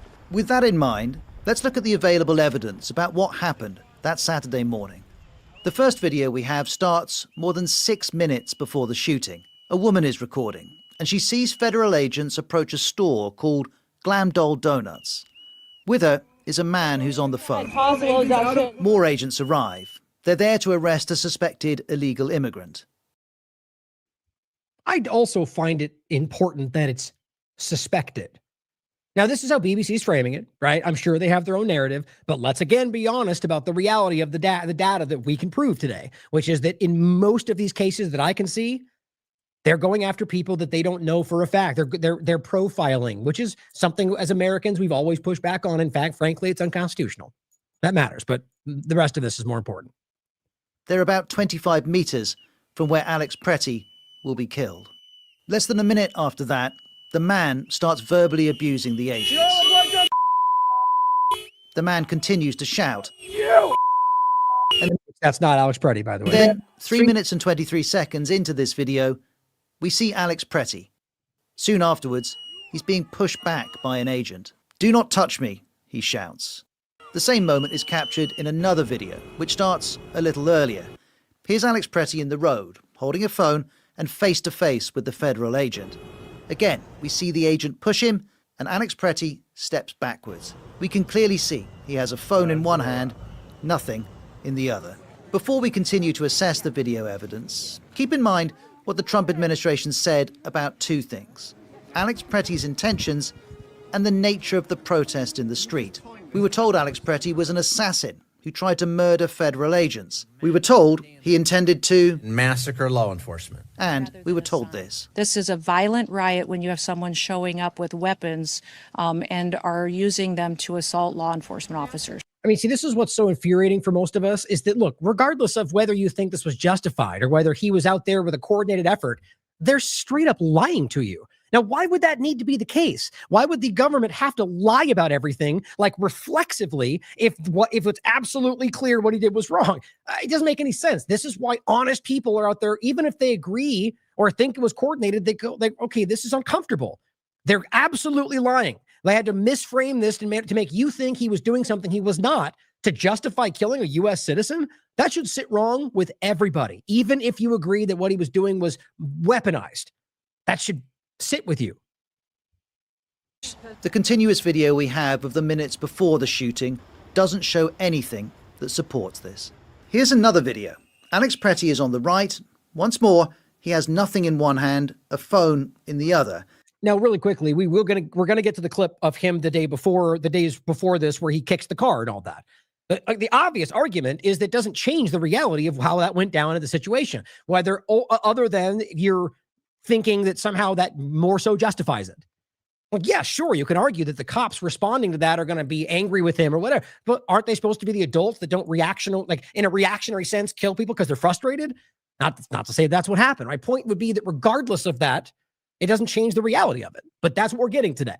All these equivocating arguments about how, look, he was out there, in their faces, coordinated left, protesting, agitators. Okay, I prove all that, please. But secondarily, recognize that none of that changes the material reality of what happened.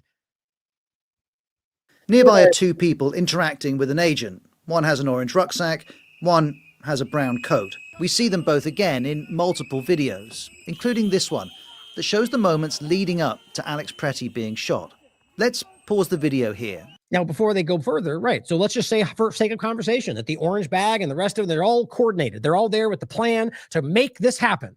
It still does not change the reality of the legal situation, guys. And on top of that, it's not what happened. You can quite literally prove that they weren't rushing them, they weren't surrounding them. At the end of the day, as you'll see right here again, for I don't know how many times he played this, that ultimately he was there, stepped in between them because he was pushing a woman to the ground. And you could argue that he shouldn't have touched them or whatever, but I don't even think it's as clear that he necessarily touched him or just stuck his hand in between them. But let's just say for sake of conversation that he touched him. That does not validate the way that they respond to all of this. And even if you think it does, it leads to him being killed as an unarmed man because of the way they reacted. See, this is why nuance is so important. Do you want to argue there's some level of accountability for him because of what he was doing, because of the actions from before? That's a fair statement to make. We can debate what level that would be, but the point only being that he, with his actions, knowing how belligerently the lunacy of these people today and how the willingness they have to create illegal situations, that him doing so that was helping to add to that. But that's the best you're going to get from that. That he brought it on himself. Isn't that victim shaming? Even if it's true, since these are people, you can go on forever. Like, this is why it's important to break this down, because at the core of this, it's same with Renee Good, by the way. And I still believe this. I still believe to this point, both of these are largely understood as way we frame them by most people. This is 33 seconds before the first shot is fired. An agent pushes the person with the brown coat, then pushes Alex Pretty, then pushes the person with the orange rucksack, who falls to the ground. Don't you think that response right there was over the top? For whatever reason, God forbid they say mean things to them. Fine, they're in the street. Then have somebody come charge them with a ticket.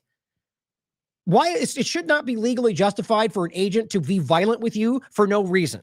Whether or not if you're violating a traffic scenario, that them pushing you, I mean, these are citizens too, you understand, whether you're a cop or not. You just violated that agreement. You just broke the law by pushing me to the ground for no justifiable reason. But this never happens today. Nobody ever holds them to the standard that they hold us to. They get passes every day when it should be the exact opposite. Before continuing, let's hear the Trump administration's account of the incident. An individual approached U.S. Border Patrol officers with a 9mm semi-automatic handgun. The officers attempted to disarm this individual, but the armed suspect reacted violently. There's no evidence that, at this point, the agents knew that Alex Pretty was armed. We see him step between the person with the orange rucksack and an agent. For a brief moment, he touches the agent near the waist. He's then pepper sprayed. Now, my point was simply that, yeah, and let's just even say that's what happened for sake of conversation, right? But I think you can pretty easily argue. We see him step between the person with the orange rucksack and an agent. Is that basically he saw him push the woman as an object, somebody sitting there, like whether police or not. You shove this woman to the ground. And he's already, but if you understand the way this has already gone, as they just showed you, he was out there doing this a moment before this and the day before that, going, stop, leave her alone. And he stuck his hand out. Now, I will agree. That's a ridiculous thing to do with what you know these people are doing, or in any sense, because a cop is going to use that as an example to throw you to the ground. We know this, but it does not mean he's justified in doing what happened. And on top of that, I think it's even questionable that he did the way they frame it, other than just putting his hand in there. But again, let's just say he did. For a brief moment, he touches the agent near the waist. He's then pepper sprayed. We're now 27 seconds before the first shot is fired. He raises a hand as if to block the spray and then turns away, bending down. That's important. As if to help the person who the agent had pushed to the floor. That's so important because most people don't see this, okay? He raises a hand as if to block the spray and then turns away. He turns away, okay? So at this point, he's not facing any of them. He's turning down to help the woman get up.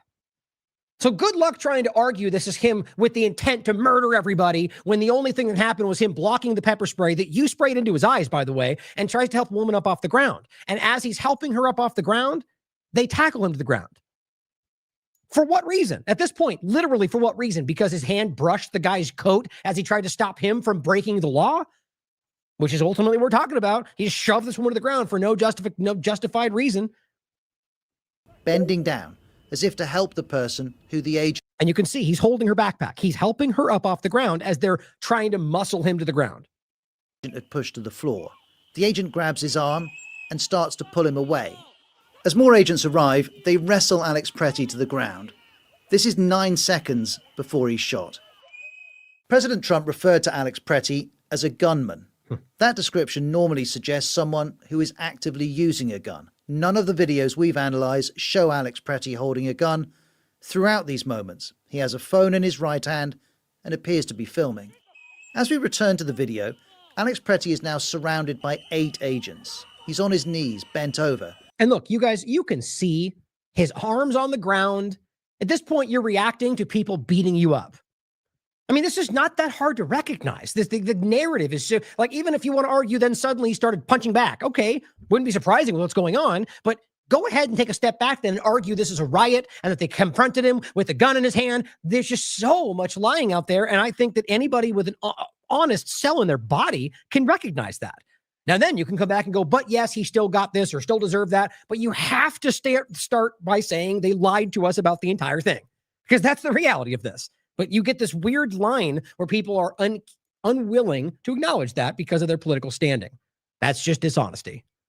We can clearly see his hands on the floor. There it is. And he's struggling against being held down. Still holding a cell phone, by the way, which is crazy. One agent repeatedly strikes in the direction of his head. Why? Why are you hitting him at this point? His hands are on the ground. You're on top of him, probably because, as we're going to get into, they hated him.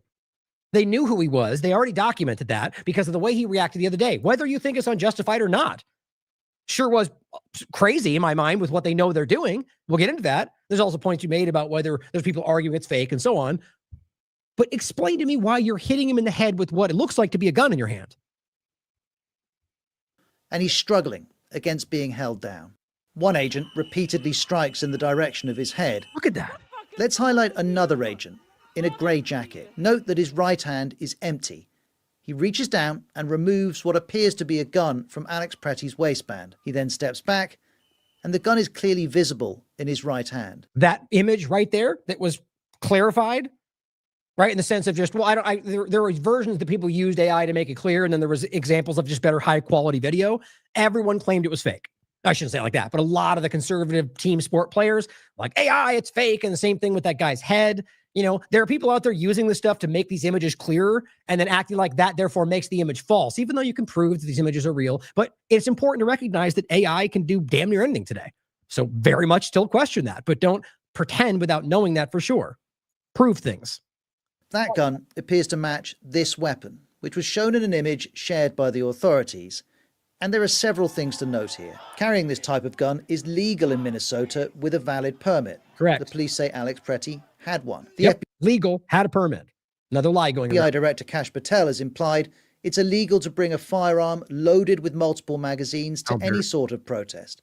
But it's not. In Minnesota, it's not illegal to bring a loaded firearm to a protest. The head of the FBI got that completely wrong. And then guess what? As we'll show you in a minute, the cat turds and Eagle Gunthermans and all the rest came out and were yelling that across the board and still kind of argue right now. I guess that's kind of what you deserve for throwing your lot in with somebody like Kash Patel. Indeed, in the US, having a gun in your belt is not, in and of itself, considered a threat. As we saw, Alex Pretty's gun was removed. There's been no suggestion he was armed beyond this point. And as the gun is taken, we hear voices shouting. Okay, now I said this the first time, and still to this very point, by the way. You can find other examples of this video where I don't hear that. Like I said, that could just be the phone, how it was being held. I don't know. But I think it's worth noting that, because what's strange to me is that if you don't hear it somewhere else and the timing of it seems super muffled, I don't know. I worry that this is a manipulation in all this. But even if it's not, it doesn't change the legal reality of the situation. I mean, the argument that there's somehow a remove from accountability because they just turned and fired at what was ever in front of them because somebody yelled gun. I mean, that's just incredible that you ever thought that was a logical argument, but they're making it. As we saw, Alex Pretty's gun was removed. There's been no suggestion he was armed beyond this point. And as the gun is taken, we hear voices shouting. At this point, let's highlight another agent too. This one. He'll go on to fire the vast majority of the shots. But look, as other agents struggle with Alex Pretty, this agent is facing away. That's so crazy. He then turns towards Alex Pretty. At this point, he has a clear view of the agent in the grey jacket who's about to remove the gun. The agent we're now focused on is wearing a black beanie hat, a black face covering, and sunglasses. He's facing towards Alex Pretty. We can't say definitively he sees the gun being removed, but he's facing in that direction. And the agent in the grey jacket turns away, holding Alex Pretty's gun. At almost exactly the same time, the agent in the black beanie hat draws his weapon, and the first shot is fired. We can see that he fired the second, third, and fourth shots. Alex Pretty collapses to the ground. The agent steps back, standing clear of his motionless body. Another agent draws his gun and also points it at Alex Pretty. More shots are fired. Which, by the way, is almost the craziest part. The reality that these skittish, untrained idiots are out there well after the obvious opened fire and then did it a second time. None of the other agents can be seen to draw their firearms at any point. The agent who fired the first shots can be seen firing the final 3. In total, 10 shots were fired in 5 seconds. Now, how do you explain that? You fire the first shot, and what appears to be a reaction to possibly even people on the street yelling gun because they saw the guy having, who knows? And you fire the last 3 shots after 10 seconds of opening where it's very clear the guy is dead? Maybe you just wanted to make sure. I mean, I don't even know how you explain that other than let's make sure he can't give his testimony. Yeah, that may sound disgusting, but with what we've seen, it's worth your consideration. I'm not claiming that's what we can prove, but the reality is with what these people have been doing and how often they've lied about these very shootings and what we know about what these people are, how little they're trained and what they've been saying, it's just over the top. And the legality of this action is under scrutiny. It is unconstitutional to use lethal force against someone who does not pose an imminent threat of death or serious bodily harm to another person. 25 seconds after the final shot, agents kneel by Alex Pretty's body. One gestures towards another for something on the back of his body armor. 1 minute and 13 seconds after the final shot, we hear the agents talking about Alex Pretty's fire. And another agent arrives, slipping on the ice as he does. And there's an exchange with someone in the car where this video is being filmed. We don't need that. It's a medical emergency. Yeah, it is. Caused by you. To reiterate, none of the videos we've analysed show Alex Pretty holding a gun. There's no available evidence that he was an assassin who tried to murder federal agents. No available evidence he intended to massacre law enforcement, nor that it was a violent riot. No available evidence that this was an individual who arrived at this scene to inflict maximum damage on individuals and to kill law enforcement. In these videos, we don't see evidence of what the Trump administration has been saying. Footage shared with the BBC by the news movement appears to show Alex Pretty and other protesters in a confrontation with federal agents in the days after Renee Good's death. It's unclear exactly what the agents were doing. This man has the same coat, facial hair and gait as Alex Pretty, and a facial recognition tool suggests a 97% match. We see him shouting abuse at the agents. He also motions to spit at a federal agent in a car, and then kicks the rear light of the car, twice. Agents then wrestle him to the ground. He's then allowed to get up, and as he does, a gun can be seen in his waistband. It's in the same position as the gun Alex Pretty was carrying on the day he was killed. At least something can. I mean, if we're going to be objective about the rest of it, I can see a shirt sticking out. But yeah, I mean, like probably a high degree of certainty because of what we know from before, that was probably the case. I just think it's interesting that they were like even like him being there, 97% match with his face, and then you're going to claim that's the gun. It seems like a weird, but nonetheless, I agree. It's probably that. But we're going to come back to this. This earlier incident, shown in the video shared with the BBC, happened at the intersection of Park Avenue and East 36th Street. 11 days later, Alex Pretty was shot dead, just over 2 kilometers away on Nicollet Avenue. His killing and the Trump administration's unsubstantiated claims about what happened have provided another test of what Americans will and won't accept from the federal government. Yes, and of course, I'm sure that, from a British media standpoint, it's fantastic to be like, look at how bad they are. Look at it, even though tons of the same things are happening in the UK. But this is really important to me. So first of all, has the same coat, facial hair, and this is what's so interesting about this. Based on what I can see, this appears to be the reality, which doesn't in any way change the legality of what happened. But what's interesting is Grok, I've seen both of them. In one case, argued this was a fake AI created image. And then in other cases argued that no, it's been now verified by other corporate media. And so it's just been going around, like Taj Mahjour or whatever was one that was pointing to that, saying, well, Grok said it was fake. And so it's just interesting in the timing of when it came out, with where we are today, it's very much worth considering because AI could very, very easily make something like that it could be. But I think for the sake of the conversation where it is, I think it's almost important that we take it as face value because of that it doesn't change the reality. So what we're talking about here is a guy who clearly got angry and kicked the car of these agents. They got out with arguably the same gun and then didn't do anything about that, which I find interesting, and let him go. Now, why would they let him go if he just broke the law? I mean, you throw a sandwich at somebody and you're going to go to jail for 30 years. You break their car, break the light, and they don't take you in? Seems disjointed. But what I think is interesting to me is that so he kicks the car. So clearly he's frustrated. Okay. Now the argument about the signal chat, which by the way, I went over this on one of the past shows. You go through this stuff. There's nothing in there other than the organized watching and coordinated cataloging of who they are and where they are. Guys, these people are required to identify themselves and they're not. If you find something in there that goes beyond that, please show me, because it's not doxing if they're simply enforcing what they should be doing themselves. But if they break the law, then charge them with the crime. The game of the signal chat proves that it's even though there is clearly some coordination, it's being used to say all of them are one thing. That's being abused.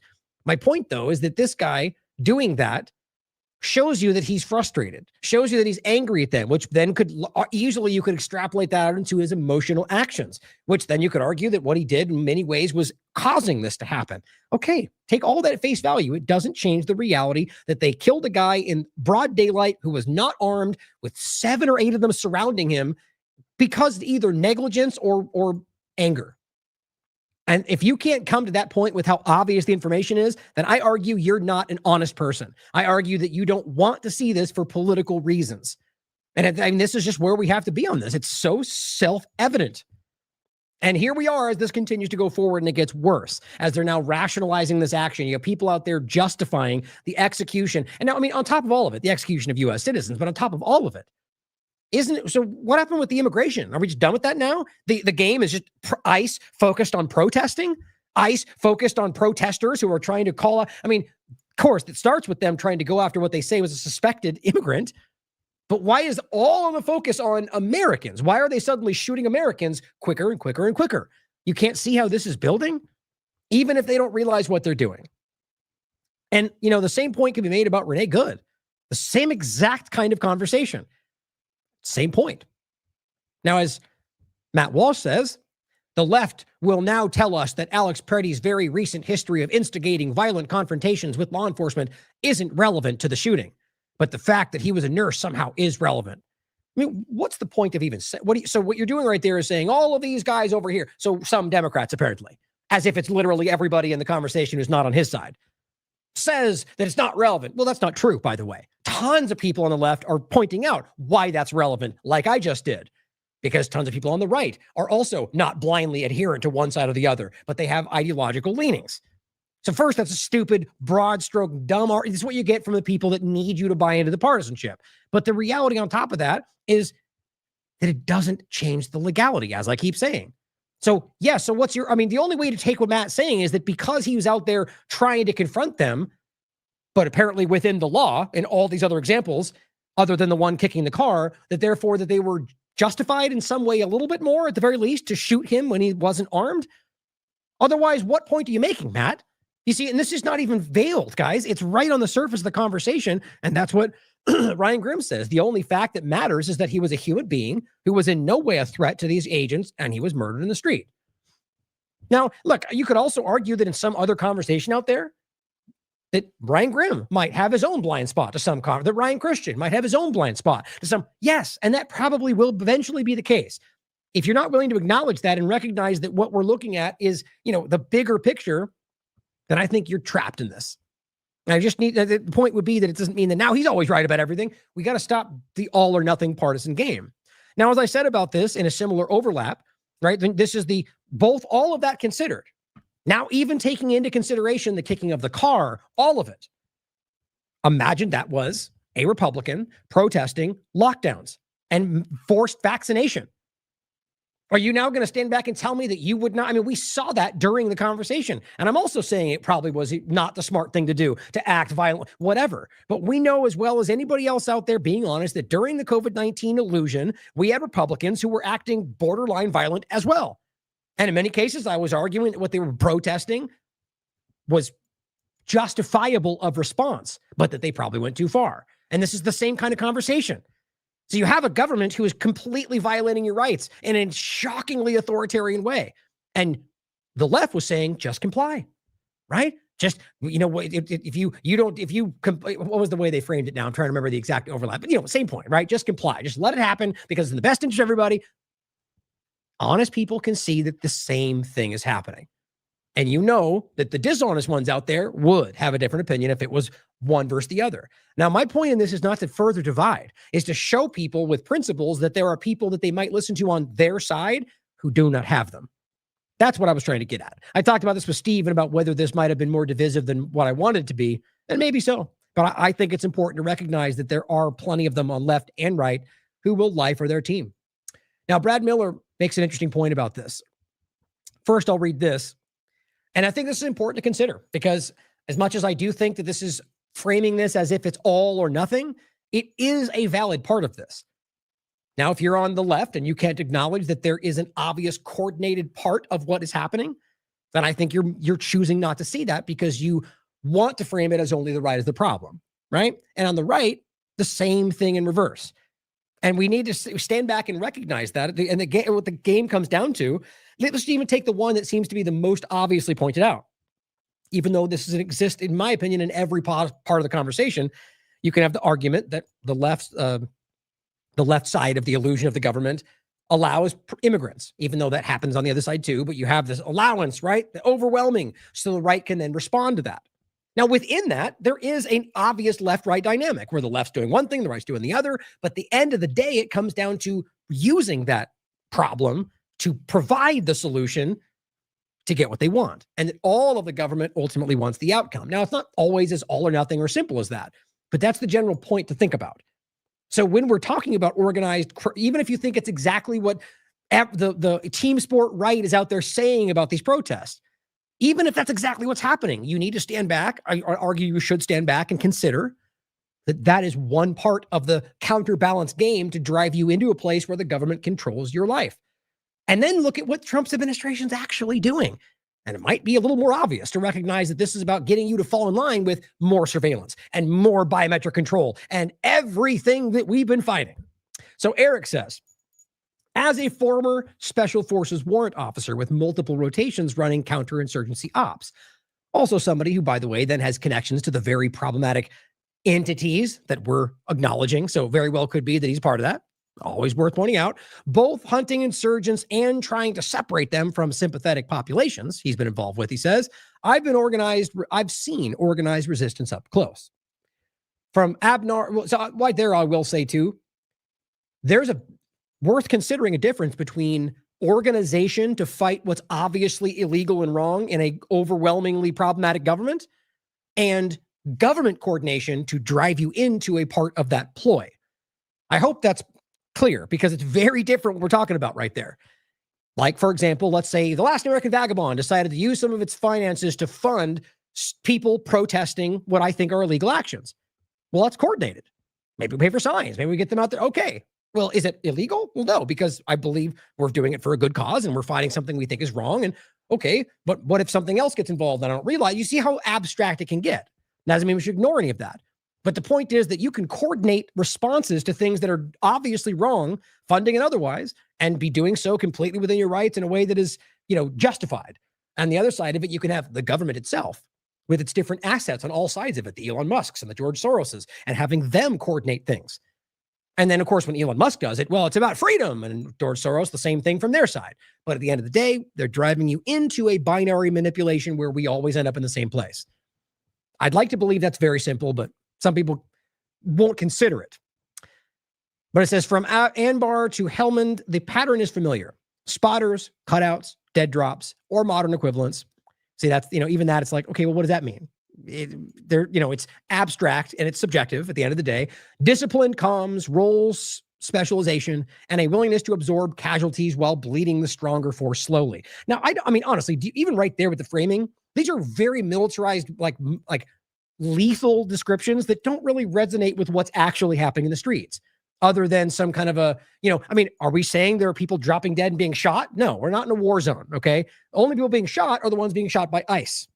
So I think it's a little bit over the top to frame it that way, even from the beginning point, but you'll see why I still think it's a valid point to make. What's unfolding in Minneapolis right now isn't protest, he says. But see right there, that's not true. A lot of it is. You could argue not the majority, but by saying that right there, you're invalidating the actual protest of anybody who might go out there and protest because they think what they're doing is wrong. Are we really of the mind that nobody anywhere thinks what they're doing is wrong other than people who are coordinated to fight back because they want to overthrow the government? That's not the truth. Same thing they try to say about you guys protesting any other circumstance, COVID-19 or other, claiming it's all a coordinated fight. You want to, Nazis trying to overtake everything. Well, there was some truth to that, but it wasn't the reality of everybody in the conversation, guys. It's the same thing every time. Yes, it is protest, but yes, it's also in some ways coordinated. And it says it's low-level insurgency infrastructure. Obviously, I'm thinking you can sense that I'm suspicious about the way this is all being framed as an absolute and insurgency. So what are we talking about there? You realize what that means, right? We're talking about an outside force, right? An active revolt or uprising. Well, ultimately, I guess you would call it a revolution if it was internal. In my experience, insurgency is something from outside, then we're fighting out from within. But either way, so that means we're talking about a coordinated effort to do what? To change power? They're in power, guys. They're in power. This is what I find so infuriating. Has Clinton gone to jail? Is Pelosi in prison? Is Obama going to jail? What are we talking about, guys? They're in power. The government is still in power. All sides of it, as we will shortly again see the Democrats in the place. So when we talk about this as some kind of counterbalance where the rebels find the deep state, at what point do we recognize that's just an illusory narrative that doesn't come to pass when they continue to go back and forth? When Trump works with them and they say, we're okay, or the Clintons are good people, don't worry about that. Or they have a inauguration and all the people you said he was going to arrest are all right there high-fiving him. At what point do we recognize that? Back to the point. Built by people who've clearly studied the playbook in regard to the insurgency, he's claiming. Signal groups at 1,000 member cap per zone. I mean, even these kind of points. Have you seen this proven to be by zone, by location, with thousands? I've seen one or a few examples of signal chats of people who are going, I see a police officer. Here is what his license plate says. Here's what they're planning to do. Here's what we think they're doing tomorrow. Yes, because they're all breaking the law by not identifying themselves, and in many cases, even serving warrants. It's not really hard to recognize. And it says dedicated roles, mobile chasers, plate check. Yes, see, this is where we get into the obvious. Logging vehicle data into shared databases. Okay. If they're even if this was cops that were identifying themselves, this is public information and should be. The only reason it's not is because they refuse to identify themselves. It's just so frustratingly obvious. 24/7 dispatch nodes, vectoring assets, salute style reporting. To this point, this is all just the way you frame them being there doing things. And it says, or on suspect federal vehicles, daily chat rotations, time deletions, and frustrate forensic recovery. Yeah, that point you could argue, if that's actually what's happening, does speak to more of a surreptitious action. But you could also argue that if you realize you're dealing with an authoritarian government that's using Palantir to spy on everything you're doing, maybe you take a couple extra steps. Or not. You see, you can frame this any way you really want to. It's about you being objective. Vetting processes for new joiners, mutual aid from sympathetic local teachers. Go, okay, at what point does any of this prove what they frame it as? Home-based coordination points, rapid escalation from observing to physical obstruction or worse. Okay, this isn't spontaneous outrage. You see, again, all or nothing. You mean aside from my outrage that I absolutely felt when I saw this happening? So am I secretly part of something I don't know about because I'm outraged at what they're doing? No. On top of the fact that there's tons of people who are absolutely outraged and absolutely go out there and protest, even if it's alongside a coordinated, controlled structure. Doesn't take a genius to be able to work out that overlapping point. This is C2 command and control, he says, with redundancy, OPSEC hygiene, task organization that would make a FF team sergeant nod in recognition, replace ICE agents with occupying coalition forces, and the structure maps almost one-to-one to early stage urban cells we hunted. Okay, maybe. Again, I'm not doubting there's the overlap to this, but are you seeing all of this? I'm covering this constantly. I don't see even a fraction of the way he's framing that, other than just making it command and control, redundancy, OPSEC, hygiene for the girl with the pink hair that they tell you doesn't know how to tie her own shoes, or they make fun of because they don't know what they're doing. They can't even meme, but yet here they are, control and command and controlling everything. Well, of course, in the argument, it wouldn't be the girl with the pink hair, right? It would be a coordinated Soros front. Okay, then where is that? I just think it's important to think about that. And it says, the most sobering part, it's domestic, funded, trained somewhere, maybe in Israel, and directed by people who live in the same country they're trying to paralyze law enforcement in, as if that's the only. I mean, this is what's so killing, what's over the top as well, is that we're talking about trying to paralyze law enforcement and all these actions about shutting everything down. Okay, other than the protesting of ICE, of them doing things which, by the way, are illegal, where else is this happening? So you're telling me that their big coordinated plan was to go after this ICE group there? Why wouldn't it be all the police force? Why wouldn't it be the government buildings? Why wouldn't it be? Now, I'm not talking about the idea of protesting. The argument of what you're saying there is to make it sound like some command and control coordinated insurgency overthrow. Okay, and then they protest ICE and get a little too violent. Yeah, charge them for that. But why wouldn't they then go? You see my point? If this is a controlled, why wouldn't they be expanding into everything? Maybe they will. I'm saying it's quite a bit premature to frame it like this with what we can prove, other than you buying into what the narrative is about what you want to think they're doing with very little evidence to back it up. When your own citizens build and operate this level of parallel intelligence and rapid response, also realize that what this is now doing to the average person out there reading this like it's divide and conquer porn, whatever you want to call it, some blind Republican, all the Democrats are all terrorists fighting against the... Okay, this creates that kind of driving mindset. This is like reading a comic book for people that are obsessed with this MAGA-verse Democrats mindset. And they are upset. Oh my God, this is so cool. We're fighting the insurgency. And then every single Democrat you see out there who just happens to be protesting is now part of the insurgency because the guy said. That's, I mean, he has a right to say it. That's free speech, but it's dangerous. It says, working against federal officers, complete with doxing. I have not seen a single example of doxing that they claim that is actual doxing. I'm sure it exists. Wouldn't surprise me. But the idea that they're calling you, pointing their names out, doxing, this is my point about everything else, about Renee Good and Alex Preddy. They're lying to you. And you know that, guys. That's not doxing. Are we really that silly? Are we that willing to lie? Vehicle pursuits, Yes, because they're breaking the law and they're trying to keep them tracked because they're not identifying themselves. But fine, you want to make it a crime, then give them a ticket for it. And harassment that's already turned lethal. Yes, the harassment that they got killed from that wasn't actually harassment in either case. So recognize that this guy who's giving you the objective military view is wrong about that point. You're no longer dealing with civil disobedience. Yeah, you really are, though. You're facing distributed resistance that's learned the lessons of successful insurgencies, clearly. Because clearly they're a successful insurgency right now, right? I mean, what happens if this amounts to they do nothing? And they protest and these continue to happen, and then ultimately Democrats come into power and they roll back around, and then Republicans. At what point do we look back and go, oh yeah, so it totally wasn't that? They were just continuing the rigmarole back and forth of the same old thing. Doesn't mean you should ignore it. My point is that until you have something that can actually be more than just my opinion, that we shouldn't be talking about civil war, Tim Pool, and all the rest of these people acting like they're excited about the boot being stepped on your neck because it's their boot. I spent years training partner forces to dismantle exactly this kind of apparatus. Now pieces of it are standing up in American cities, enabled by elements of local government. I find this to be just wildly irresponsible based on your opinion. But you have a right to say what you want. Not because I want escalation, clearly, but because history shows that these things don't de-escalate on their own once the infrastructure exists and the cadre believe that they're winning the information war. That seems like the point being, the government who seems to be driving this is very aware that they've already lost that war. So what they need to do is go, don't look at the writing on the wall. Take our narrative. We either recognize what we're actually looking at or we pretend it's just activism until the structures harden and spread. Great. So that means anybody out there protesting is now a criminal. According to this guy, that's how you frame this. All or nothing. You're either on that side or you're not. That's stupidity. I don't care how you frame this. To make that argument about all of the country is designed to cause division. He may not even realize that. Maybe I'm wrong.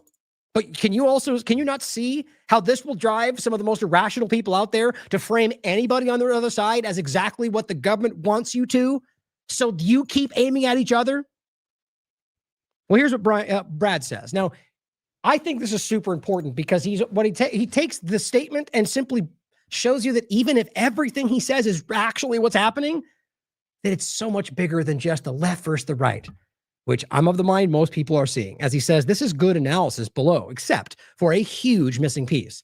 It's one thing to recognize patterns and map from one context to another, which is opinion at the end of the day, but it's quite another thing to understand why. The real why.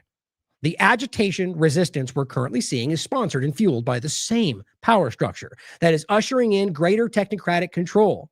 This is merely the domestic counterpart to the current stage setting for the war abroad.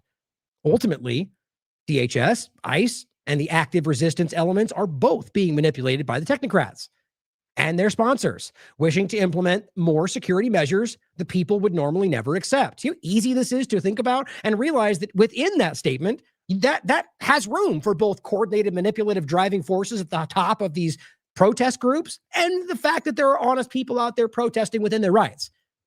All of that's being marshaled to get us to fight ourselves. It's so easy to see.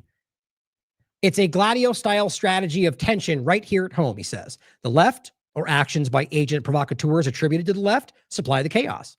There's massive outcry from the public, particularly on the right, which then demands or permits an overly authoritarian response that they would otherwise never tolerate. And you could do the same thing in the other way around, by the way. All this does is increase government control measures under the guise of law and order. God, you'd think this would be patently clear at this point. Even if you agree with strong LE efforts, law enforcement efforts, with respect to immigration policy, illegal immigration is still just the cover story for what's going on. Many ICE agents themselves don't realize this, he writes. And even if you agree with non-compliant responses to government tyranny, you must recognize that not all the resistance is organic. See, I mean, it's not that hard to have an objective opinion about this and recognize that this exists across the entire conversation. That's why you should look for facts and evidence instead of just going, they're all the one thing that I'm told to hate. He says the intentionally escalatory agri-pop isn't happening on both sides and to both sides. In other words, it says it is happening on both sides and to both sides. Simplest way to look at it. In other words, each side is both a subject and an object of the provocateurism.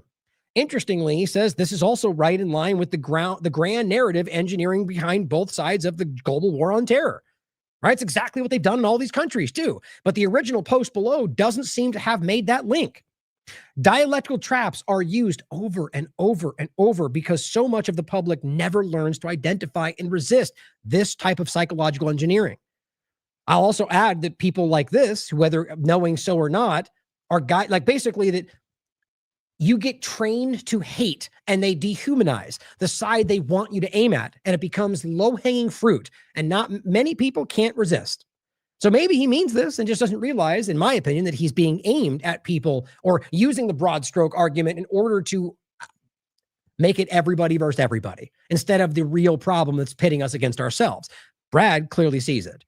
Dialectical traps are used over and over and over because so much of the public never learns to identify and resist this type of psychological engineering. So many people scream and rant about those on the other side while failing to recognize both sides are being manipulated for a single end. God, I wish people could hear this. And I think that, again, like I've said, I'm of the mind that the majority, that line has been crossed. But there's so many people, millions of people, whatever percentage that is, who are influential enough and not allowing people to see that or allowing themselves to see it. So here's Rand Paul speaking about this. I think it's a good point. Just, he's making the obvious point that, like, we can't just look at the video that's obvious and then just lie about it. And this is my point, is I think that people that are conservatives, they aren't blind team players who respect Rand, who respect Massey more than the rest right now, and go, you know what? I'm going to stop pulling these punches for the team because the team does not care about me. But I think after seeing this, if you call this a good shooting, you aren't watching the video. This was a real tragedy and a mistake. The man had been disarmed and then was shot 10 times. I want ICE to do a good job. I want ICE to get rid of the violent people in our communities. But we can't have it if we say things like, oh, yeah, well, he was an assassin and he was a domestic terrorist. If we say things that are obviously not true, the situation is going to get worse. I agree that some of the administration made this worse by saying things that obviously were untrue, and we didn't know a lot. We're still wondering. I mean, you do, though, have a guy that is going to pick a fight with federal law enforcement agents, and he's armed with a pistol and 2 extra clips. Why in the hell you'd go fight officers with that in your pocket? I don't understand. You also know that he broke his rib the week before fighting with these officers. So we clearly have a problem on the other side of trying to escalate this situation. Right. Are you trying to just tamp down, I think, what's gotten out of control? Well, what I would say is, if it were my son and he says, Dad, I'm going to a rally, I'm going to take my gun with me, exactly. I would say not a good idea. But on the other side, I've been to hundreds of rallies with people who are armed. Virtually every meeting I go to in were untrue, and we didn't know a lot. We're still wondering. I mean, you do, though, have a guy that is going to pick a fight with federal law enforcement agents, and he's armed with a pistol and 2 extra clips. Why? You see, that's such dishonest framing. By all the evidence we have, there's no indication he went there to pick a fight. The argument is clearly he went there in a provocatory style, if you want to argue that, since he was there angry, but it's obviously, you can make an obvious point that it was justified, that what they're doing is illegal in plenty of ways. And if that doesn't matter to you, then what are we talking about? But he did not go there to pick a fight based on the evidence we have. I don't know what's in his mind. Clearly, that's not the way that went down. And they just can't help themselves. Why in the hell you'd go fight officers with that in your pocket? I don't understand. And he didn't fight them either, by the way. That's the reality. Now, we're talking about the time he got shot. Even before that, when they came up to him, he went on the ground. He didn't fight them, right? He kicked the car, assuming that's the reality, and then he went down, and they came and let him go. It's just, as he says, I'll let him say it again. Just, I think it's important here, that we can't just lie about these things. And you also know that he broke his rib the week before fighting with these officers. So we clearly have a problem on the other side of trying to escalate this situation. Right. Are you trying to just tamp down, I think, what's gotten out of control? Well, what I would say is, if it were my son and he says, Dad, I'm going to a rally, I'm going to take my gun with me, exactly. I would say not a good idea. But on the other side, I've been to hundreds of rallies with people who are armed. Virtually every meeting I go to in Kentucky, people wear their concealed carry. They wear their open carry. They have the constitutional right to carry. So if we're going to look at the guy's face. Isn't it funny how he's like, the entire right on the media side is kind of lockstep about, yeah, that's inappropriate.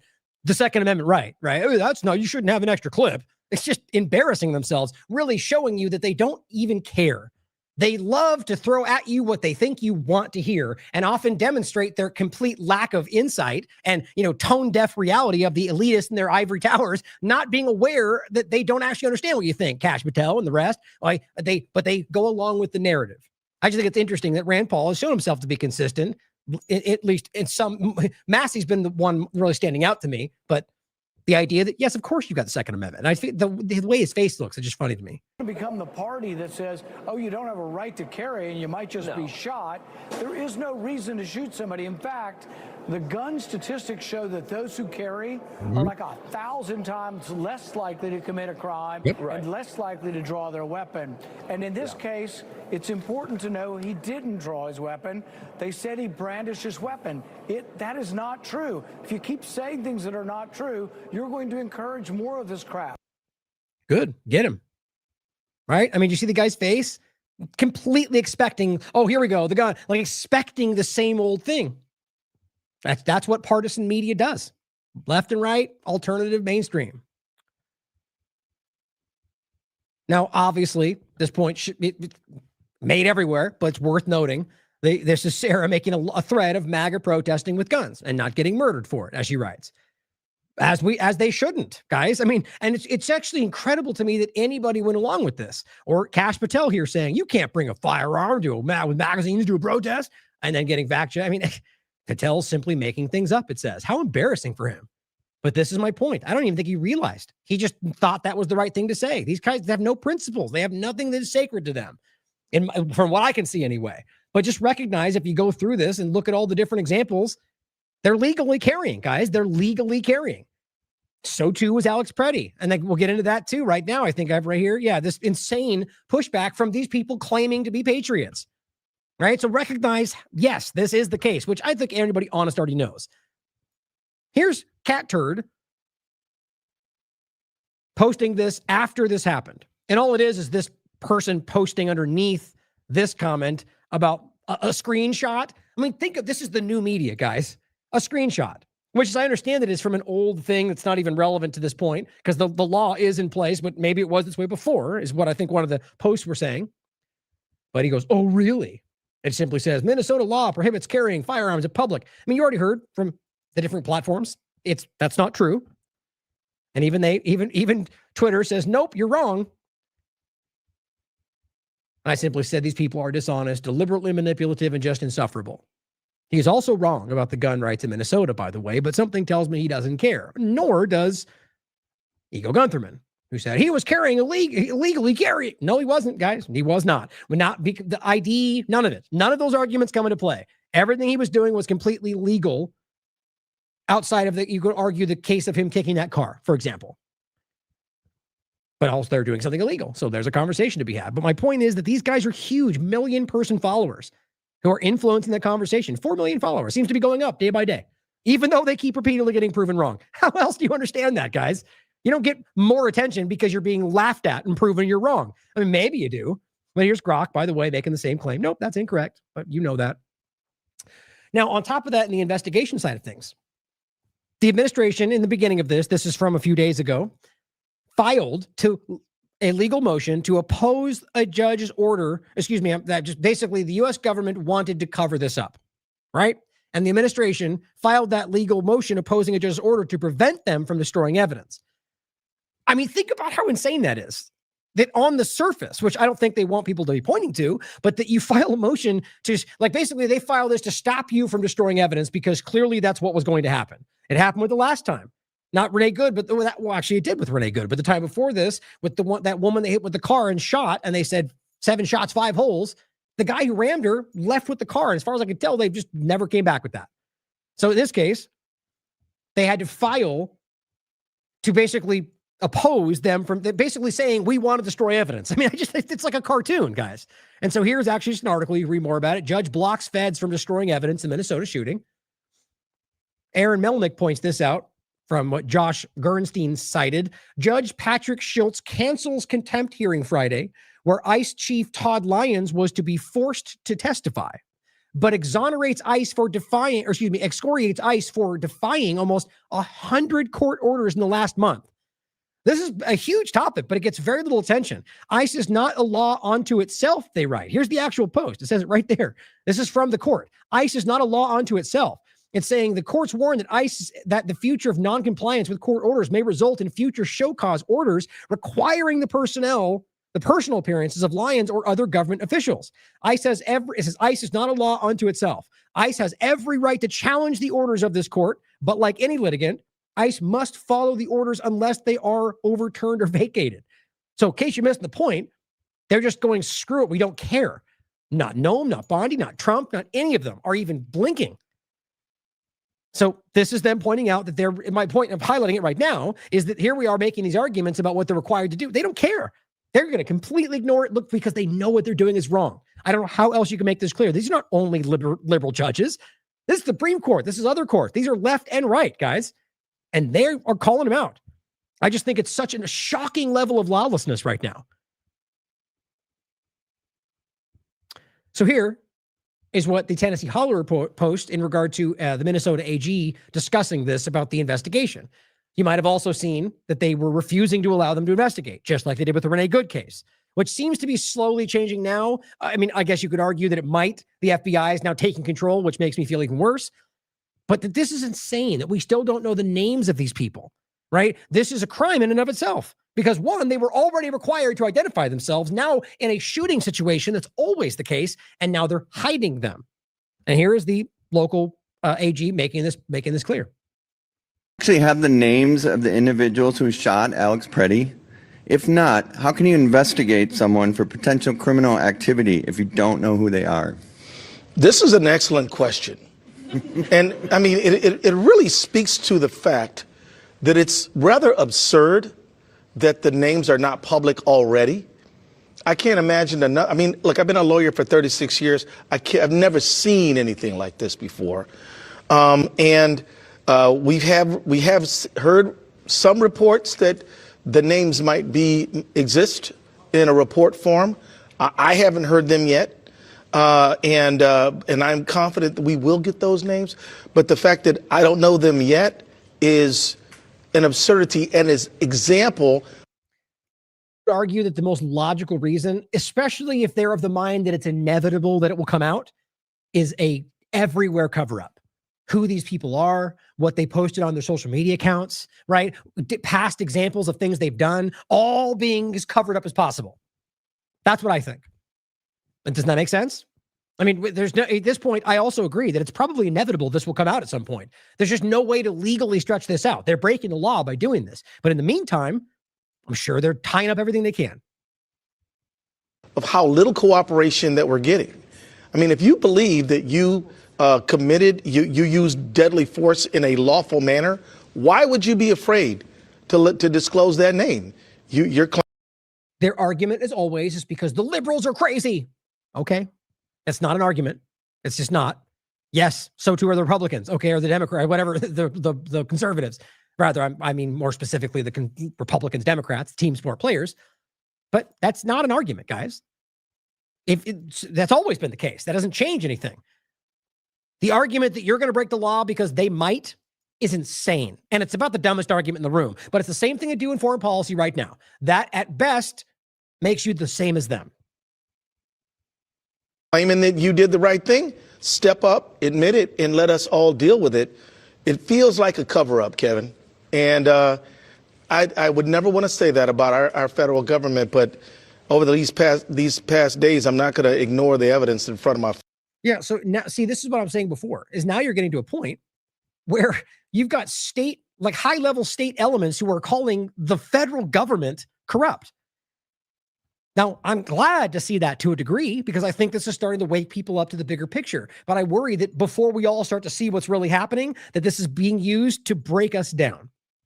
I've been saying it for quite a while. I think it's day by day becoming more and more clear as our show gets more and more suppressed, as usual, I think. But just recognize that in my opinion, this is about not just, the internal domestic agenda, but that through that, if not the same part of it, you've got something on the outside who is stoking the worst parts of this country. I think that's pretty obvious right now. So here is the investigation side of it. As at first, this is what was coming out. No civil rights violation probe, just like Renee Good, by the way, everyone's moved on from that one apparently, which is insane. In any circumstance, this always happens, whether justified or not, whether criticized or not. And they came out and they closed ranks. Now, the DOJ opened civil rights investigation into the shooting as of today. Now, ask yourself why that, I mean, that's weird, right? You would have done it immediately if that was what you thought should have happened. You came out and said no, and you moved them around. We'll get into Bavino in a second and the weird overlap of him. They moved him around. They sent them somewhere else, they claim. Why would you do that? Whether you think Democrats are secretly, okay, well, if you're not breaking the law, I'm not saying you have nothing to hide. Don't worry about it. That's not the point I'm making. What I'm saying is if you're not breaking the law, then you wouldn't need to hide from your actions. Stand by them. Protect them from what you think these Democrats are doing. But to hide them entirely, it speaks to the opposite. Anybody honest would say that. And in this case, now that you suddenly go back and go, oh, okay, now we're going to do it, it makes you look even more guilty. On top of the fact that it makes you look incompetent. This is desperate. I don't know how else to frame it. I mean, this is crazy that and Trump's walk back. We're going to work with walls now, but maybe not now because now they're saying bad things again. It feels like they're all over the map. This is, at the very least, clumsy. But I think it's more about the fact that they don't know what to do because nobody supports what they just did. But so now they claim it's going to be opening up. But now, of course, the FBI is now leading the investigation. And that's, I think, the entire point. Kash Patel, who can barely tie his shoes, is going to lead this. No, they're going to drive this wherever Trump tells them to. That's my belief. Now, just like Renee Good, investigators in Customs and Border Protection's internal probe into Alex Preddy killing have limited evidence access. I mean, there's no reason this would make sense. And here's what it says on Minnesota Reformer. This was from today. The news of a civil rights investigation came on the heels of the FBI saying they would lead the investigation into Preddy's killing. Previously, the Department of Homeland Security's investigative arm was said to be taking the lead. They're all over the map, guys. That's Bavino, and then he moved him out of the way, and then it's just clearly there's something amiss here. DHS blocked state investigators.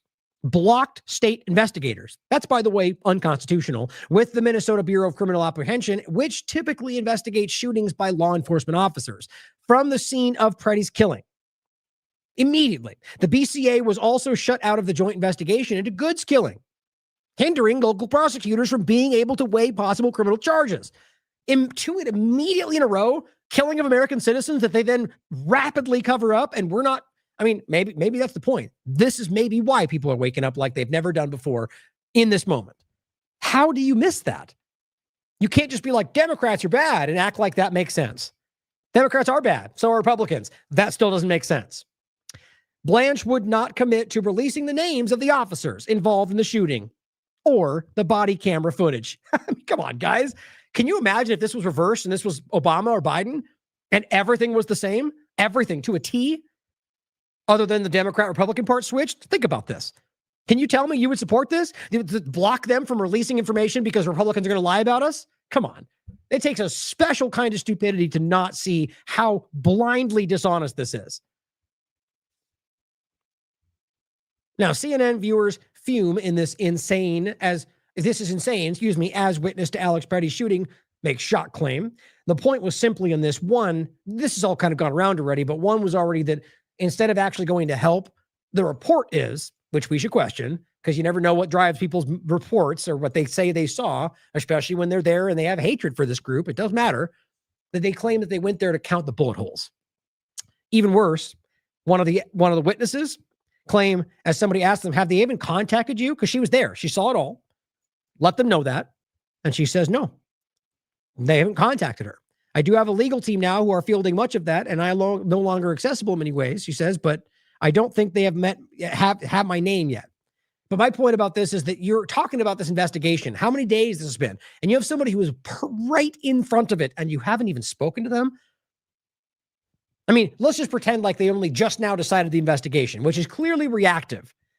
Well, guess what? The evidence has gone stale, guys. This is, you ask anybody investigating this stuff. Now, it's usually more relevant in sort of like an ongoing murder case or things that are moving and evolving, but you still have a time frame here where things become less and less obvious. Again, much less so with a static crime scene, but understand that the point is still the same. What changed over the last 4 days of changing hands and conversation? I mean, it's worth considering that. But they haven't even talked to her yet. Now, FBI supervisor has resigned after trying to investigate agent who shot Renee Good. We talked about this in the last show about Renee. Just want to highlight again how not only has it been the same point, but people literally resigned in protest because they were refusing to investigate what was obviously wrong. Now, Trump came out and says, surprisingly, Mayor Jacob Frey just stated that Minneapolis does not and will not enforce federal immigration laws. This is after having a very good conversation with him. Could somebody in the inner sanctum please explain that this is very serious violation of the law and he's playing with fire? He's always like that. You better not, or I'm going to do bad things and act like we're negotiating. Well, Justin Amash rightly points out, it's not, though. In fact, a violation of the law. It's not, in fact, a violation of the law for a city not to enforce federal laws. Now, that makes it confusing to people who don't understand the Constitution. Will somebody please read the 10th Amendment to Trump and explain federalism to him? Also, let him know about the First Amendment while you're at it. We are at a shocking lack of understanding in this country of the basic realities of the Constitution. As the 10th Amendment Center says, Constitution, the first thing you should learn, why it even exists, bypassing the states. This is literally the most basic structural part of the Constitution. The Federalists went out of their way to intentionally remove states from the enforcement of federal law equation. That was the entire reason they wanted to replace the Articles of Confederation, which they claimed was a failure because of a reliance on states to implement federal acts, such as the tax requisition system. Even Alexander Hamilton, the guy who wanted to eliminate the states, summed up the entire Federalist view in Federalist number 16. If, quote, if the interposition of the state legislatures be necessary to give effect to a measure of the Union, they have only not to act, or to act evasively, and the measure is defeated. Those who don't know this don't know even the first reason why the Constitution exists. Totally unfit for office. Or they're lying to you. Third option. They know it and don't care because they don't want you to know it. But Trump is saying this. Again, you could argue a shocking level of lack of education around the most important document in this country, or you could argue he doesn't care. I mean, it's just important to see these things. Here, U.S. agents involved in latest Minneapolis shooting put on leave, media reports say. Just keeps happening. As 2 federal agents were involved in Saturday's fatal shooting, they have been placed on administrative leave, 2 U.S. media outlets have said. Now, that didn't happen at first. That's why this is relevant. In the beginning, this article is from the 28th. When it first happened, they moved him, right? As Bovino said. But then since then, Bovino's been removed, might retire. We'll point to that in a second. And these people are suddenly now on leave. Like the entire posture has changed, which is only going to hurt them when this actually comes to pass, because they're going to go, what did you do for 3 days, 4 days? What were you doing? Were you trying to cover things up? Now they're on leave. But guess what? Now that they're on leave, there's far more reason, or rather avenues, for us to find out who they are, which we have a right to know. The Department of Homeland Security said the 2 immigration agents who discharged their weapons, there was 3 of them, it seems, by the way, during the deadly encounter, were put on leave. Now, it tells me something that they're only saying 2. It could be that we're wrong, but it also could be that the most important part of this is probably being boxed out. Representatives for DHS could not be immediately reached. Now, hypothetically, imagine one of the guys who shot the most, maybe started it, shot the last, was somebody who was very bad on paper. Maybe you wouldn't want to include that guy. Just a thought. As I said when this first came out, and this is Maj Toujours 909 saying, who's the aggressor to you here? And it's very obvious. It's the clip. Well, and again, we're talking about just not the first example, because it's at this point they left, they didn't arrest him, so it's not relevant. Other than the fact that you might argue that them being angry at him would somehow justify violent action, which it would not from a legal perspective. So I don't know what you're arguing. So in this case, you can clearly see that they're being violent with the woman and then being violent with him as they spray over his hand into his face, and then tackle him, his hands are on the ground. We just went over all of this as he's trying to help her up. People are being dishonest. And I said, we have the right to know that enforcer's name, as well as every one of them are open fire. They're breaking the law by keeping that secret. So let's talk about Bovino, the ICE discussion in general, and where this goes with the overlapping with surveillance. Now, Ken Klippenstein did a Substack post that I thought had some good information called ICE Unloads. Immigration officers speak out. Now, there's 2 points that are important about this. One is it goes over a couple of things I wanted to include from one spot that you can all verify. It's the stuff that's being very widely reported. But also that what he gets into is the disgruntled nature, rather just, I guess, the disagreement, the resistance to what Trump is doing from within the administration, from within DHS, from within ICE. You're not hearing that. They don't want you to see that. But at least from his reporting and plenty of other examples, they're doing it. Or rather, standing up, resigning, talking about it. And I think it's worth hearing this. And many of them are, you could question it, as always, question everything, because you need to say it every time, but that recognize that you could argue it's easy to understand why somebody would lie about this. Maybe to Ken, that's possible. Or is it possible that he's making it up? I don't think that's the case based on his past work, but it's possible. But then third, you could argue that people within the administration would definitely want to be anonymous because they know how they'll be attacked for it. All three of those things make sense. So you consider which one makes the most sense in what he's telling you here. Now it says, quote, "The best they can do is shoot the guy in the back." That's not the voice of some liberal commentator. That's what a Homeland Security officer told Ken this weekend, one of over half a dozen who have reached out to express their alarm over the killing of Alex Preddy in Minneapolis and beyond. He says, "I've listened to the stories and the beefs of immigration officers in Minneapolis, across the country, and to a person, they all blame the shooter, one of their own." Which again, I would agree. I think it's self-evident that that's what went down. So I'd like to believe that most people are honest. And it says the major media is stuck on framing the killing of Alex Preddy as some national and partisan battle, highlighting Republicans breaking ranks and NRA protesting, MAGA wavering, and Chuck Schumer doing whatever he's doing. But no one is really capturing what the federal law enforcement officers on the ground are thinking. The truth is that they're fed up and have been for weeks. Now that's interesting, isn't it? Because I think what the game is, like he's highlighting there, is to get you dug into your side. But when you stand back and realize that there's tons of Republicans that are going, I'm not okay with the way this is going. And then tons of people on the left that are, you could see the overlap. More importantly, as he's highlighting, people that are in the administration who are of the enforcement arm who are going, this is not okay. And I think what it shows you is that this whole thing is broken down. Just like I was trying to point out to you during COVID, that tons of liberals, of Democrats, we're seeing through it. We're calling it out. We're aware of the bigger lie. But the narrative needed you to be stuck in that. Now, yes, there was a slant like there is today. But if you stand back and you look carefully, I think you'll start to see the outlines of what I'm talking about. He says, "I've listened to the stories and the beefs." He goes on to say, they paint a picture that is more, the people from within DHS and ICE, they paint a picture for him that is more police academy or even Reno 911 than a Gestapo on the march.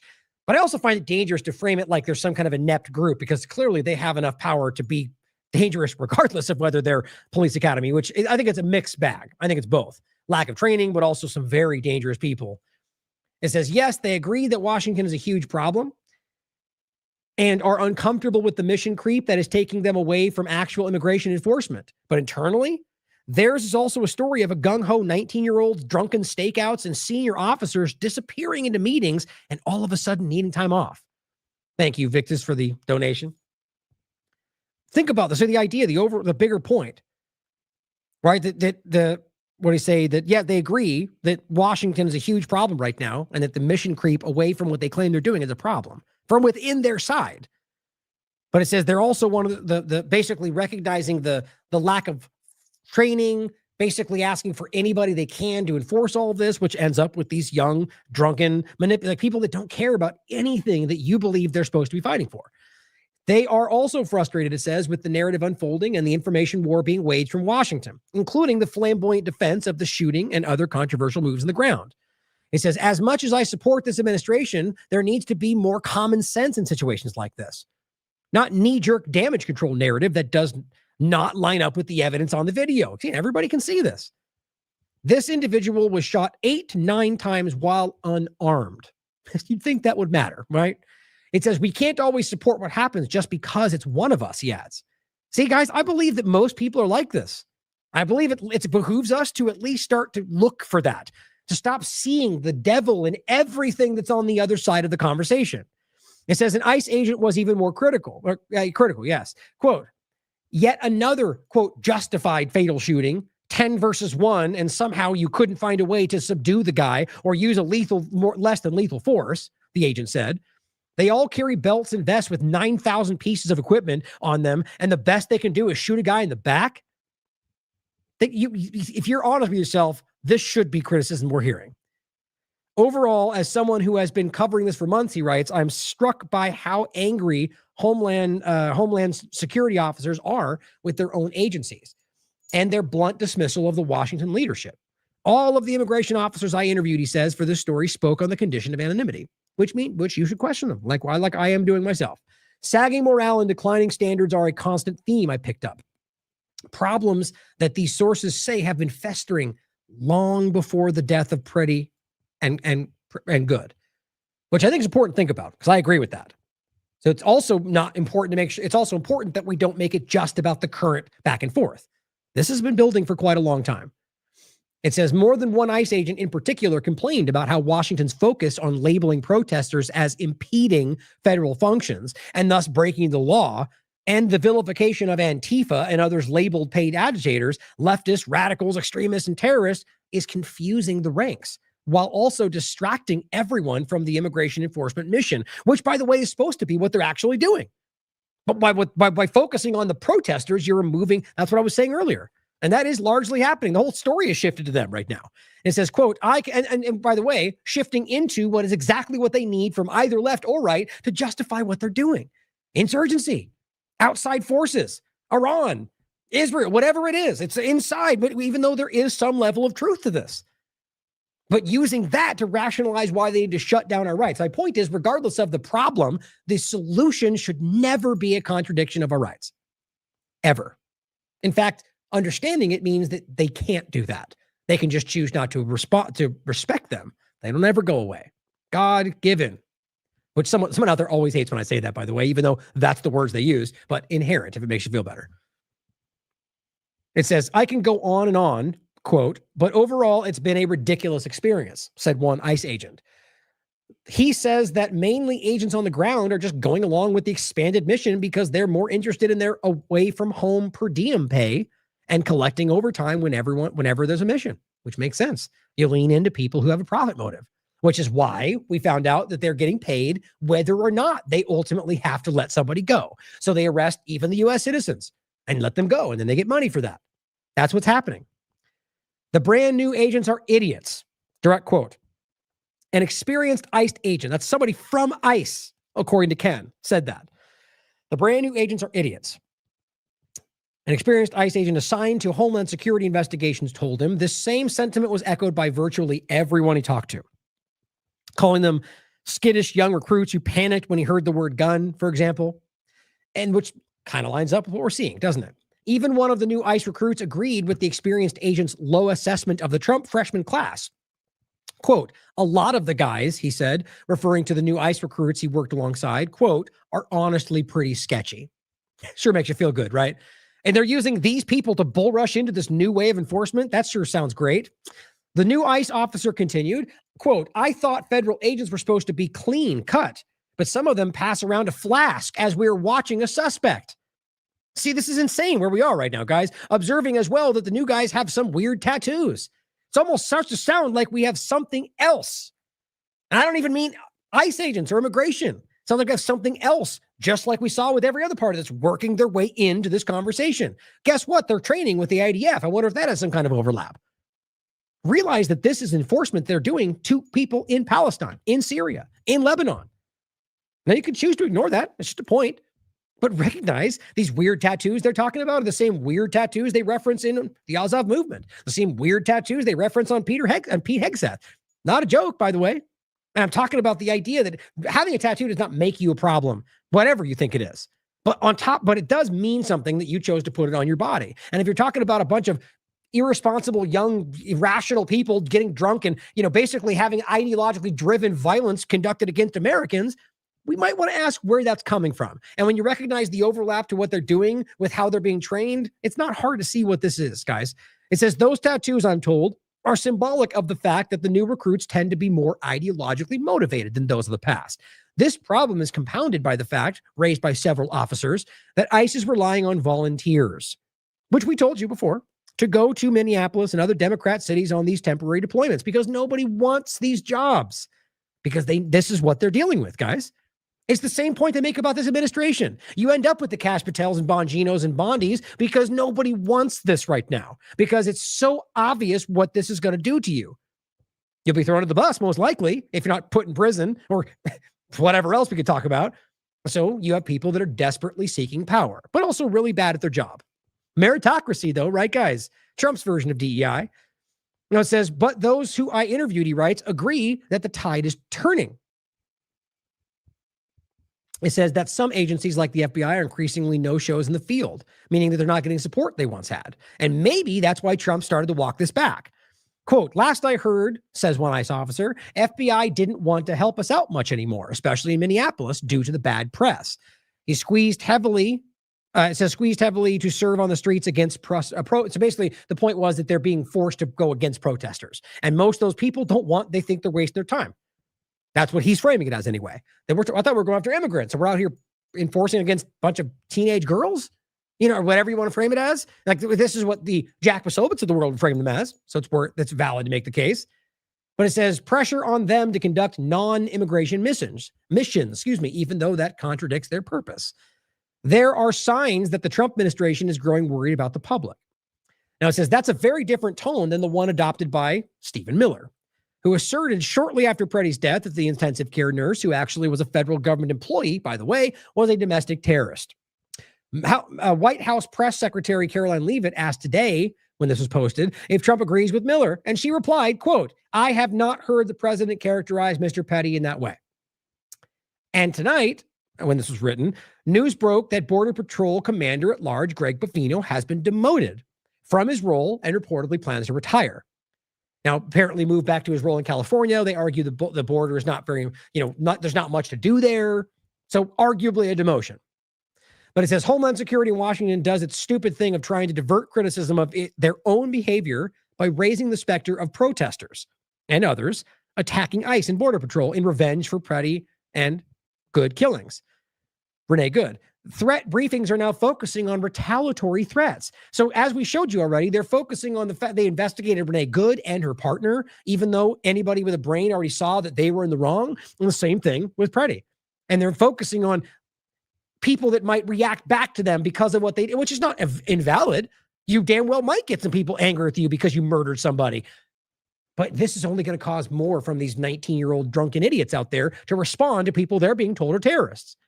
It says, as the meeting, and I shouldn't be so hyperbolic about the framing. Some of them are doing this. Some of them are not. It says, as the meetings are held, ICE agents and others I've talked to say the government versus terrorist narrative is having a tangible and negative impact on the ground. Lots of people are freaking out, one ICE agent told him. Agents are getting seriously paranoid, afraid of being targeted by retaliators, because that's what people like Miller and the rest are screaming into their faces. It says, quote, guys take it really serious like we're fighting insurgents. That's what you just heard on that guy's post on Twitter. Even though that's not everyone we're talking about here, guys. Though all of the federal agents I've spoken to this weekend support immigration enforcement, they indeed see the Minneapolis operation as something else entirely. An open-ended counterinsurgency in a faraway land and under an out-of-touch leadership in Washington more concerned with optics than actual immigration. He's closed on a plaintive note. I think it's time to pull out of Minnesota. That battle is lost, said the agent. And he says, F this, senior ICE officer said about the shooting of Preddy. Now realize, more concerned with optics than immigration. Well, that point's been going out right lately because I think that's it almost is counter to what they're trying to say. Elon Musk largely driving it to say, look, see, Obama's the one that deported everybody. Yeah. Thanks for making my point for me, bud. They're all the same thing. And what's hilarious is that you're basically shooting yourself in the foot with that because the argument you're making, your team, deporter in chief and all that, right? That he's the one, his agenda is deportation, and arguing that's what he's doing. In one side of the argument to make the case for why he's succeeding. It's funny how when you pit yourself in the argument of we're winning and they have to defend that, that's how this happens. Lie about everything. Eventually you're going to contradict the previous lie. And then, right, so we're winning because he's deporting everybody. But at the same time, But look, Obama deported more. So what are you talking about? Okay, well, pick one. You can't just claim both those things. The reality is that if he's not doing what he claimed he was going to do, then you should be like, why aren't you deporting more people? Right? But you're not getting that, which is very, very telling. The reality for me is that if you stand back and look like Brad was talking about, it's the left-right game that drives us to the same place every time. Obama and the rest of them were a part of this agenda. Just like I keep showing you, even like the Texas border conversation we recently talked about, it's the same point. A Republican's the one that drove down and said, why is this gate swinging open and nobody even cares about this port? They're all over there with the wires and the razors and the water. There's nobody even over here. We're all talking about people sneaking through. These gates are swinging open right down the street. It's always an illusion. And the left and right will play it against you as best they can to get you in the place they need you to be. And none of that's to say that we shouldn't care about the things you care about. It's about making sure it's done in the way that actually truly fights for this country. Now, here's the intercept. Well, now Minnesota, this is just you can read the article for yourself. I'm not going to go into it. But while they're replacing Bovino and they're excited about that, well, guess who's going to, at least what seems to be stepping into the place? Mumbling Tom Homan, because that's going to work out best for us. And one of the points they make in the article is he's deported far more people. So if your argument is good, we got him out of the way, well, Tom is worse, arguably. We'll see how it pans out. Either way you look at it, though, let me see if we're going to go past this. Yeah, here, let me play one clip that I forgot to include, actually, but I grabbed it while we were playing something else. Here is what Bovino was saying before this, and it really speaks to the mindset of what Ken was just highlighting, and then recognizing that Tom Homan has been speaking just like this the entire time. Arrest as many people that touch you as you want to. Those are the general orders all the way to the top. Everybody fucking gets it if they touch you. You hear what I'm saying? Less legals? We're going to look at shipping tractor trailer loads of that shit in here. So you catch what it's all about us now. It ain't about them. Professional, legal, ethical, moral. You know what we're talking about. Legal, ethical, moral. You're on camera. But other than that, it's what we do. What city is it, Chief? Fucking Irish Fire fucking city. Right.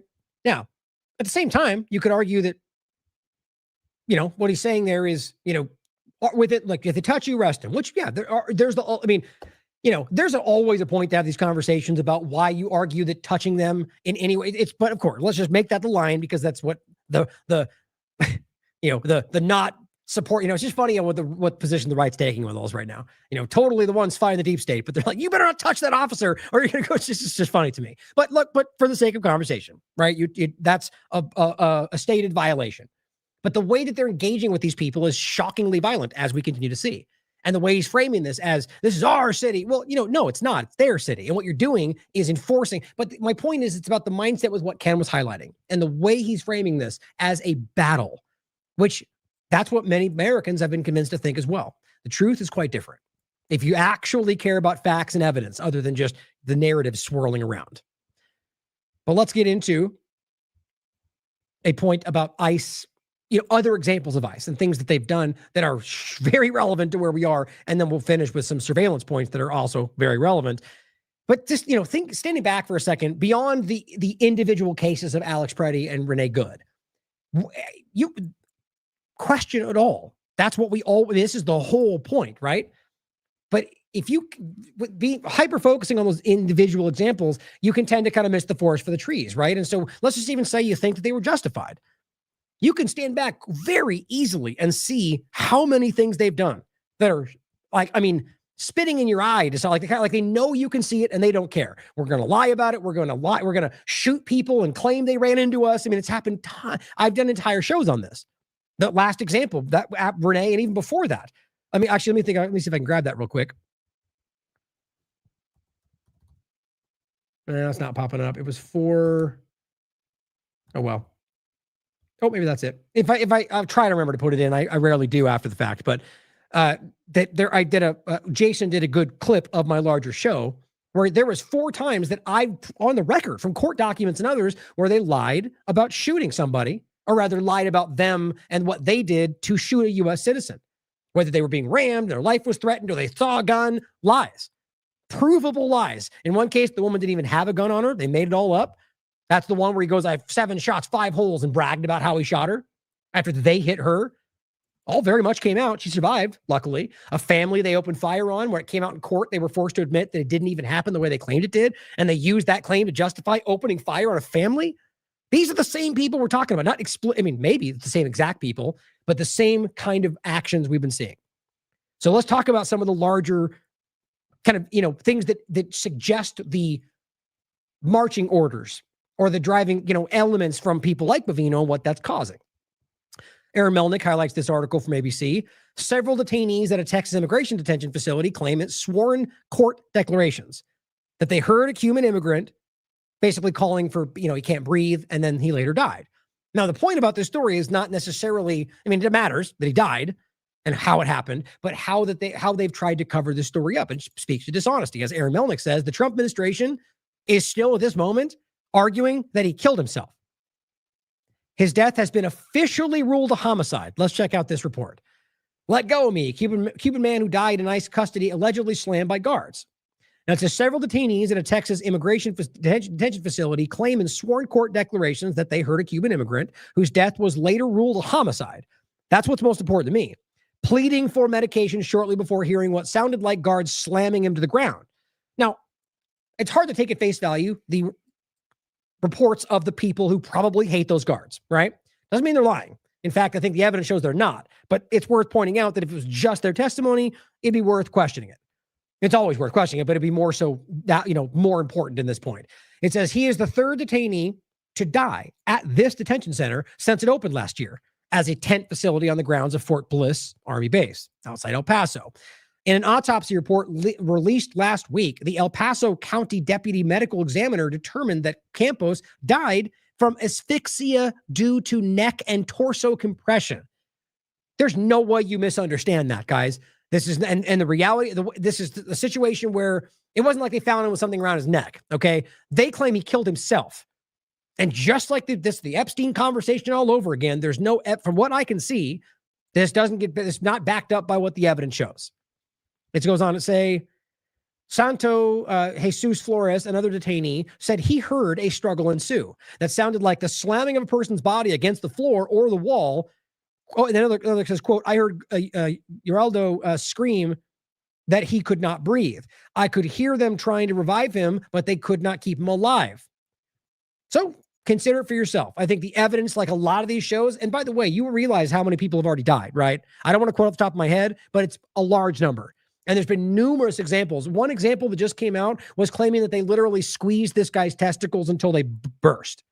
This is like, it's just in this, the stuff that are coming out is beyond the pale.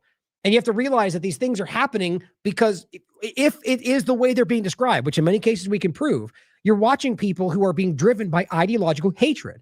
And then on top of that, being told they're terrorists and insurgents and and then we have, examples like Guantanamo Bay, and you realize how easy it is to drive people to take that kind of irrational action when you dehumanize who they're fighting.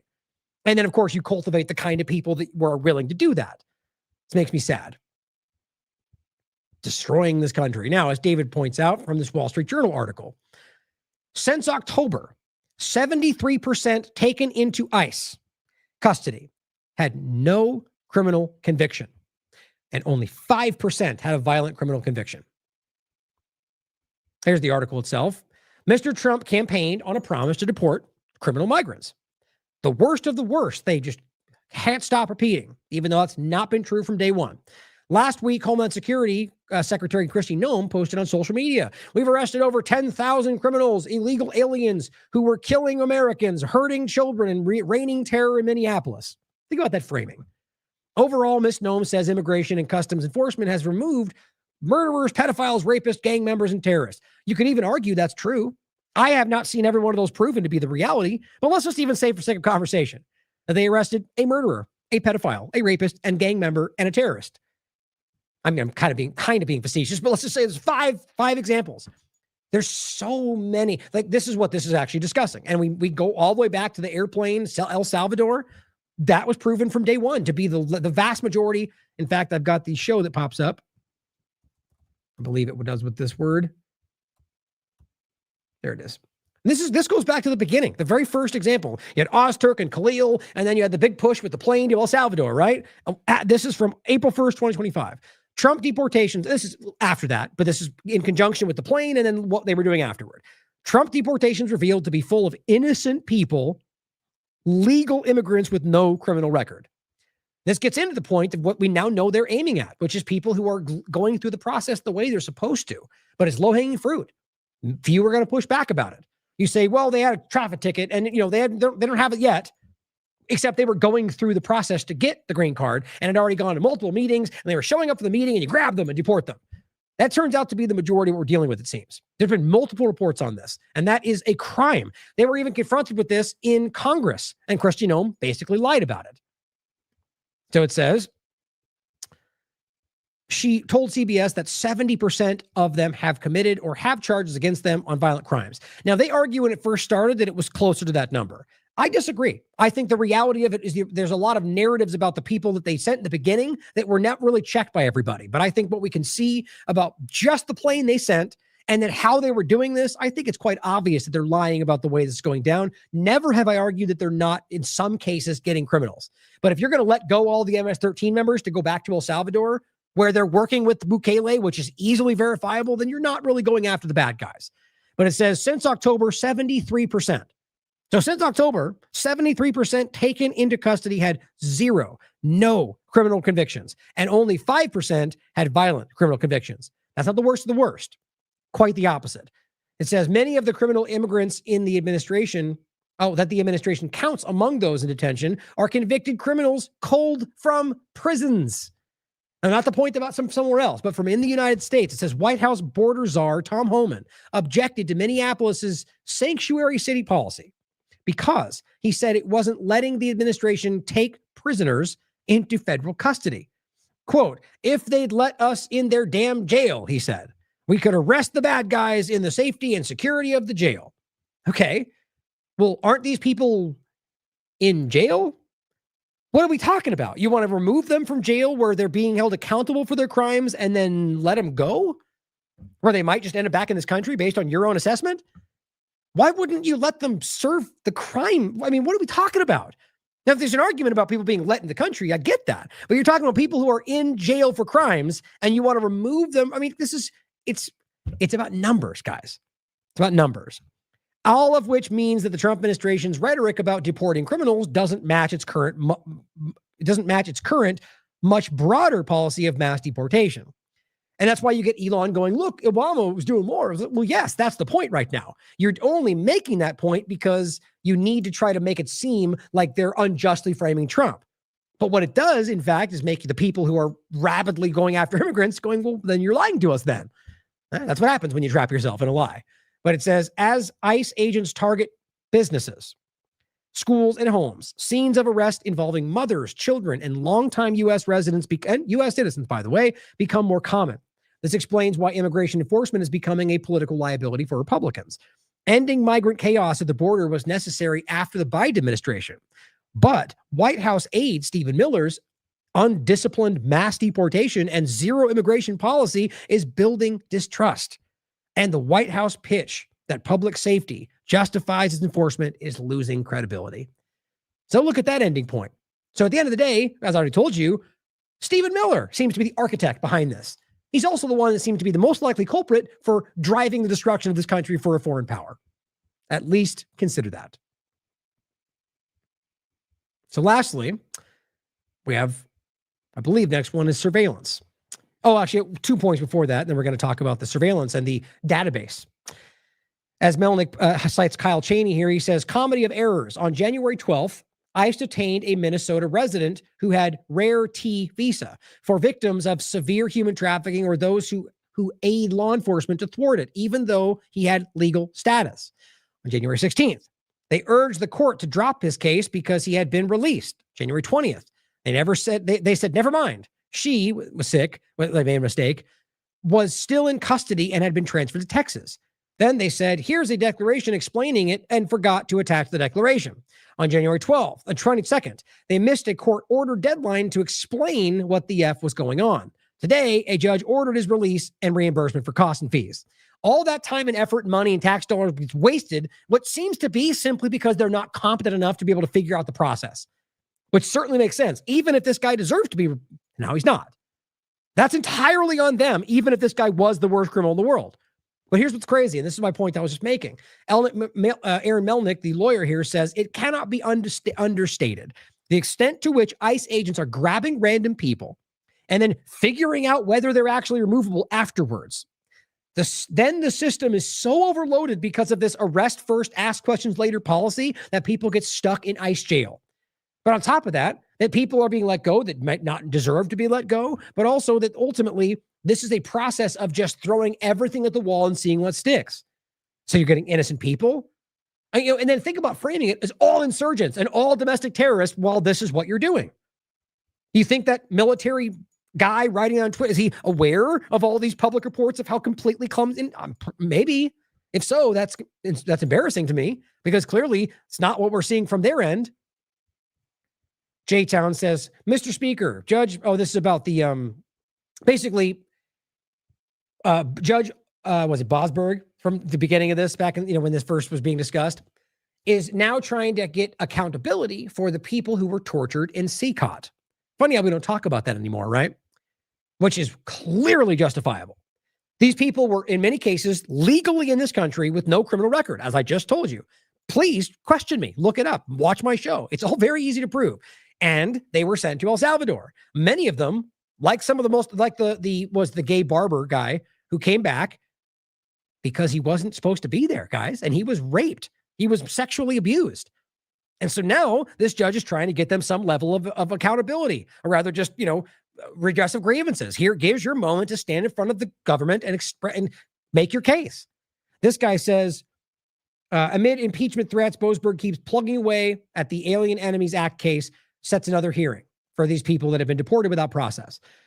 Jay says, Mr. Speaker, Judge Boasberg is considering returning removed violent criminals, gang members, and terrorists. Of course, because clearly there's no reason to,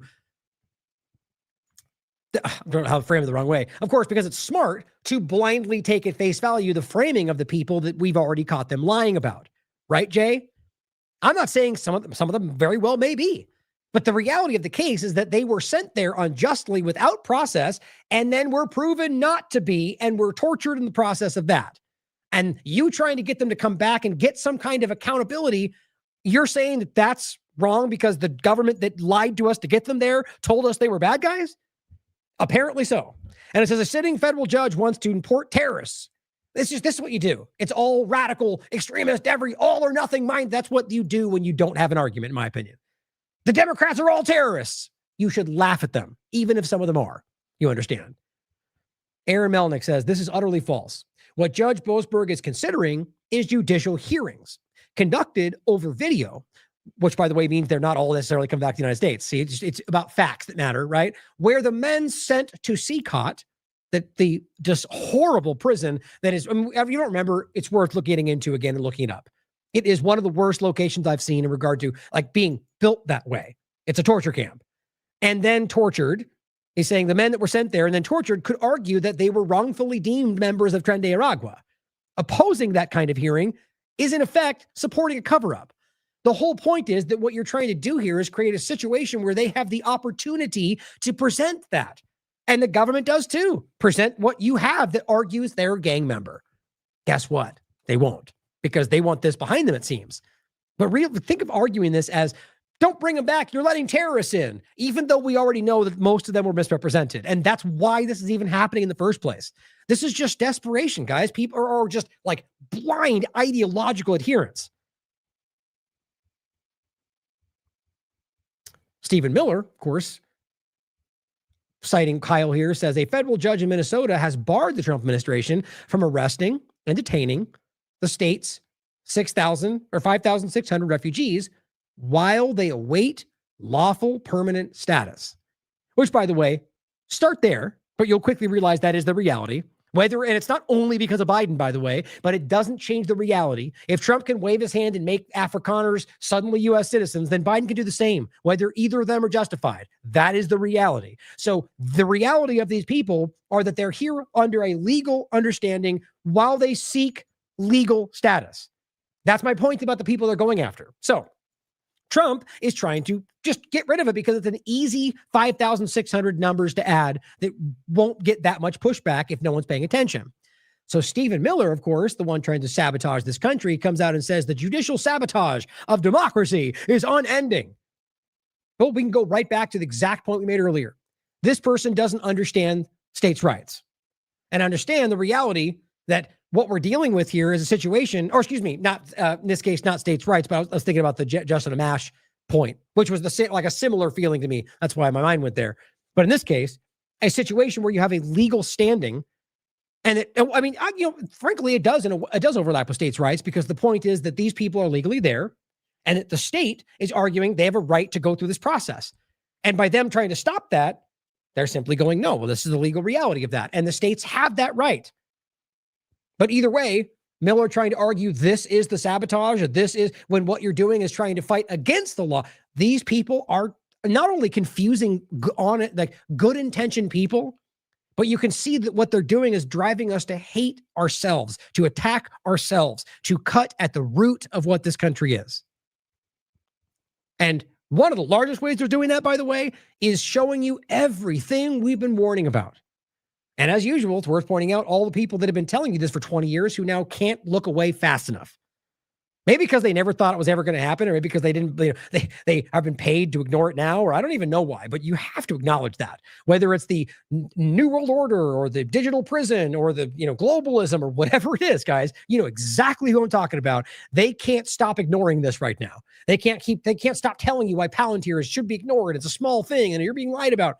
This is everywhere. And it again, on building on the Renee Good, Alex Preddy conversation, that alone should be enough for you to recognize where we are.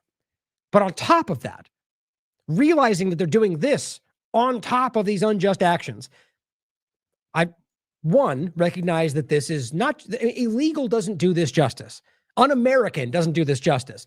But really think about what else this ties to. So Prem Thacker is highlighting his older post that said, this is what the agent said. You raise your voice, I erase your voice. A guy, by the way, who speaks with an accent, which I think is perfect. But he says, think about it like this. This ICE agent was on camera, unmasked, fulfilling one of the 3 demands Democratic leader Chuck Schumer just issued in order to agree to give DHS more money. By the way, which we're going to get into today, but they already told this, the bill they're discussing, like at least Chuck Schumer claims that all the DOJ cuts we did, even though they weren't really that, it was more of an illusion. We're going to be right back to where they were, if not more. So yeah, so it was always, it's constant. And on top of that, the Chuck Schumer on his side is agreeing to give more money to DHS. So all of it keeps going and the entire government benefits. How much more do we need to see here, guys? But that aside, and he says, and he was threatening to kill someone. I don't know if you want, I mean, you could argue kill, you could argue just, make them, knock them out. That would imply the same way. But this is a representative of the U.S. government telling you that if you simply raise your voice, which is completely within your rights, that they will stop you from doing that. And it seems that the entire Trump administration completely sides with this. This, brother. What? I will tell you this. You raise your voice, I raise your voice.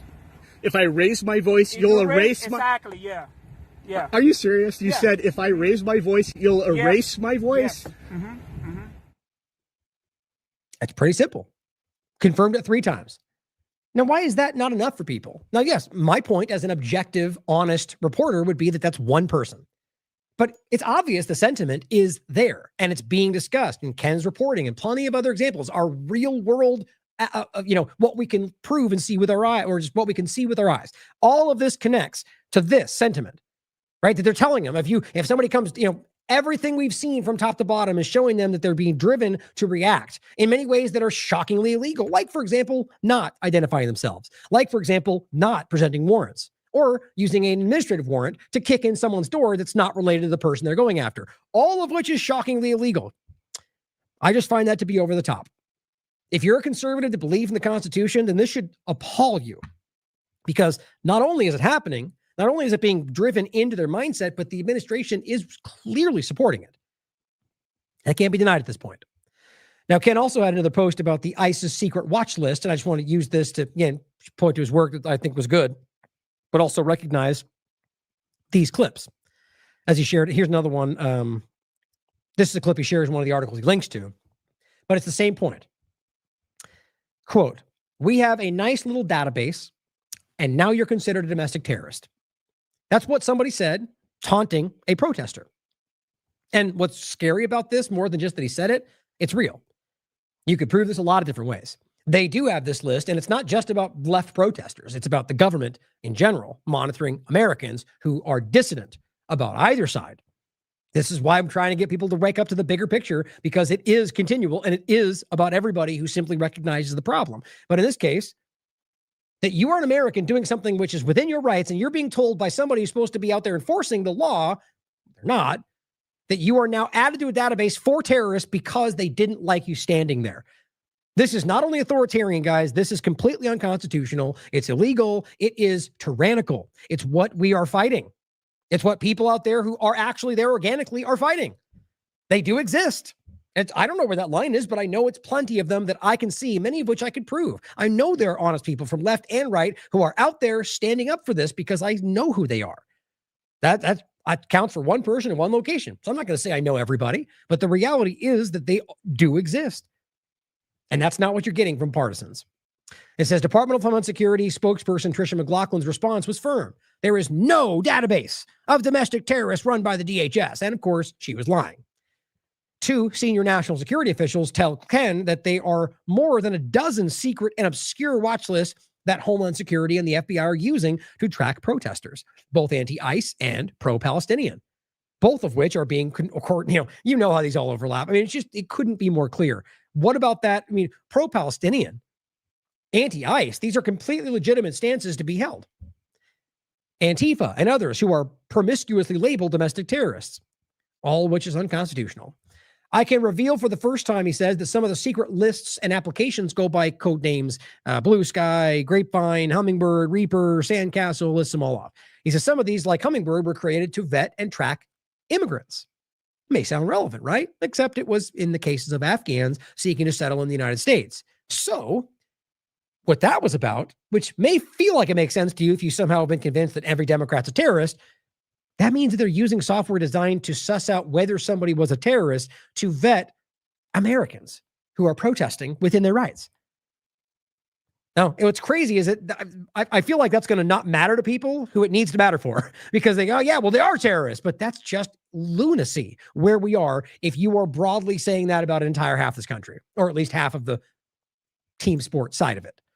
Slipstream is a classified social media repository. Others are tools used to link people on the streets together, including collecting on friends and families who have nothing to do with any purpose of law breaking, which is what they're doing. They're tracking you. We came out of 9/11 with the notion that we could have a single terrorist watch list to eliminate confusion, duplication, and avoid bad communications. But ever since January 6th, see how this works? Not only have we expanded exponentially into purely domestic watch listing, but we have also created a highly secretive and compartmented superstructure that few even understand, says a DHS attorney intimately familiar with the subject. The attorney spoke on the agreement that their identity would not be disclosed. So question it, but realize January 6th, guys. So that was the Democrats using your protest to rationalize monitoring everybody on your side, or really, as you understand it, if you're smart, everybody on all sides. And that continued till now Trump uses it to aim it at the other side, but still all of you. If you still can't see that this is about all of it, using whatever justification they can, I argue you don't care or don't want to. So this clip. ICE agent asks why he's taking pictures of a legal observer. Says, because we have a nice little database. Now you're on it. It's not illegal to record. Exactly. Yeah. That's what we're doing. Yeah, why are you taking my information down? Because we have a nice little database. Oh, good. And now you're considered a domestic terrorist. So For videotaping you? Are you crazy? Now, obviously, you could make the point that he was being facetious. But even joking about that, even basically threatening that is insane to me. But don't you also kind of get the feeling that that's not really a joke with what we've been seeing? You could decide for yourself. I can't speak to that person's mindset, but I think it's obvious that there is clearly that element happening out there for people who are not doing anything illegal. This is an interesting video I saw. I'm going to use this to kind of just set up the final points we're going to make here. I'm not familiar with the guy. I followed him because of this, but it's worth considering what he has to say. Now, what you're going to find is pretty much everything we've already told you, but it's a good kind of put together clip. Now, I'll make a point about the Paragon overlap, but we'll get to it in a second.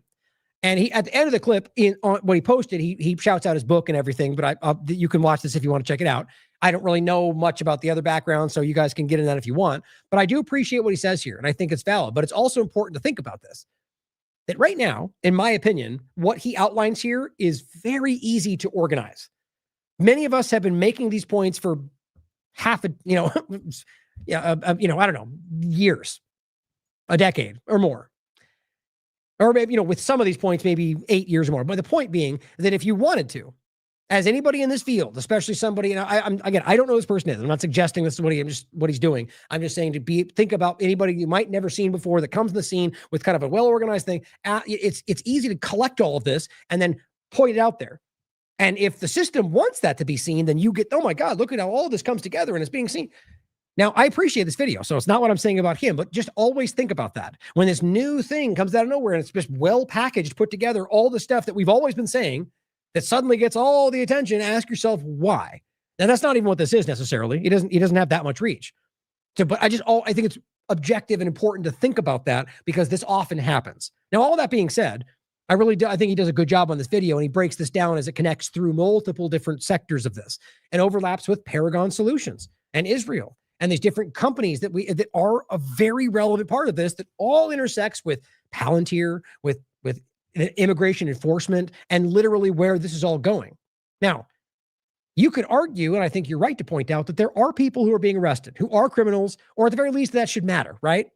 That can exist in this conversation while also acknowledging that what they're doing is taking advantage of those legitimate actions to make you accept this. Or rather, that even lying about those, even though they're real, in order to get you to accept a worse version. Just consider the problem, reaction, solution element of this, even if what you think is going on is actually happening. Important way to frame that, I think.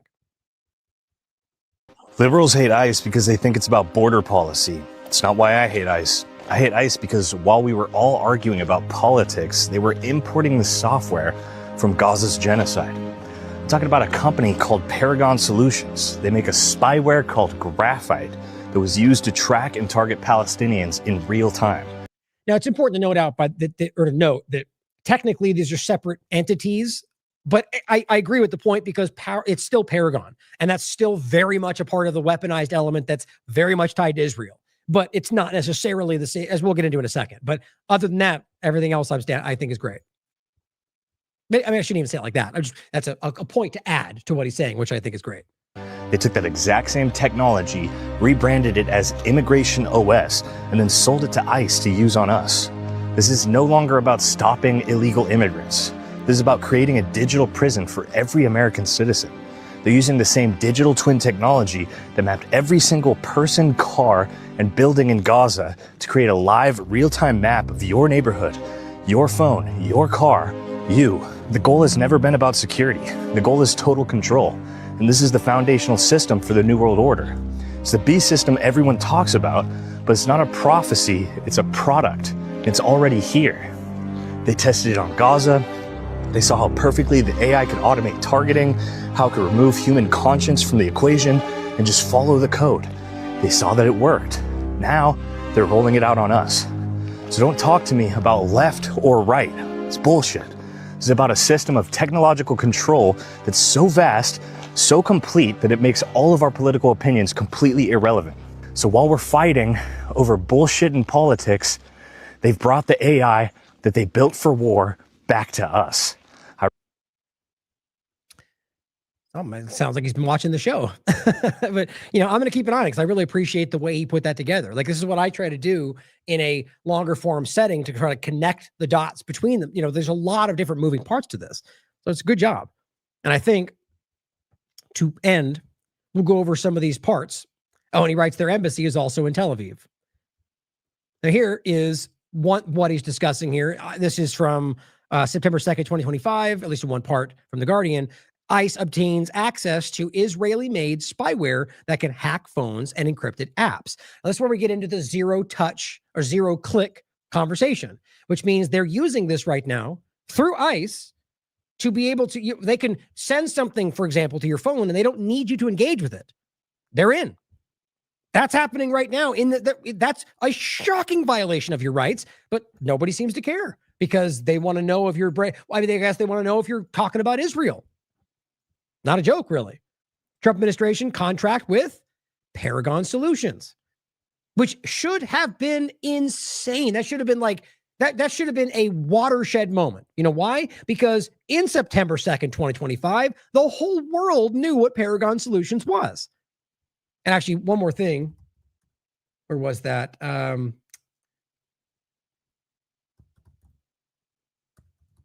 there's an article that I've often brought up.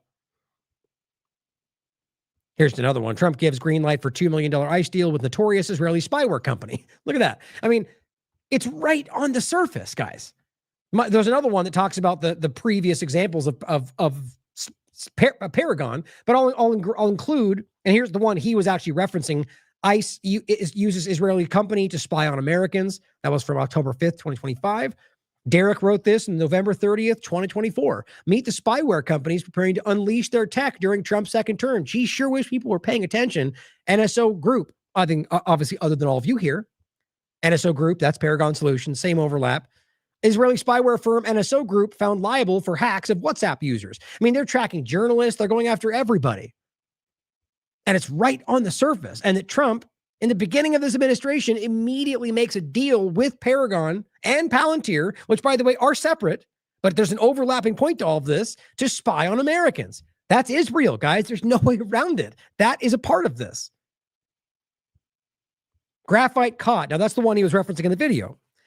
First forensic confirmation of Paragon's iOS mercenary software finds journalists targeted.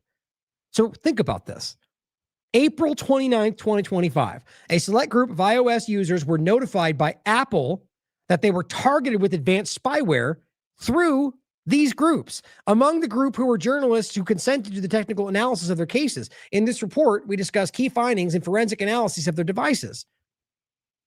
Apple confirms to us that the zero-click attack was deployed. This is Paragon's graphite. Mercenary spyware.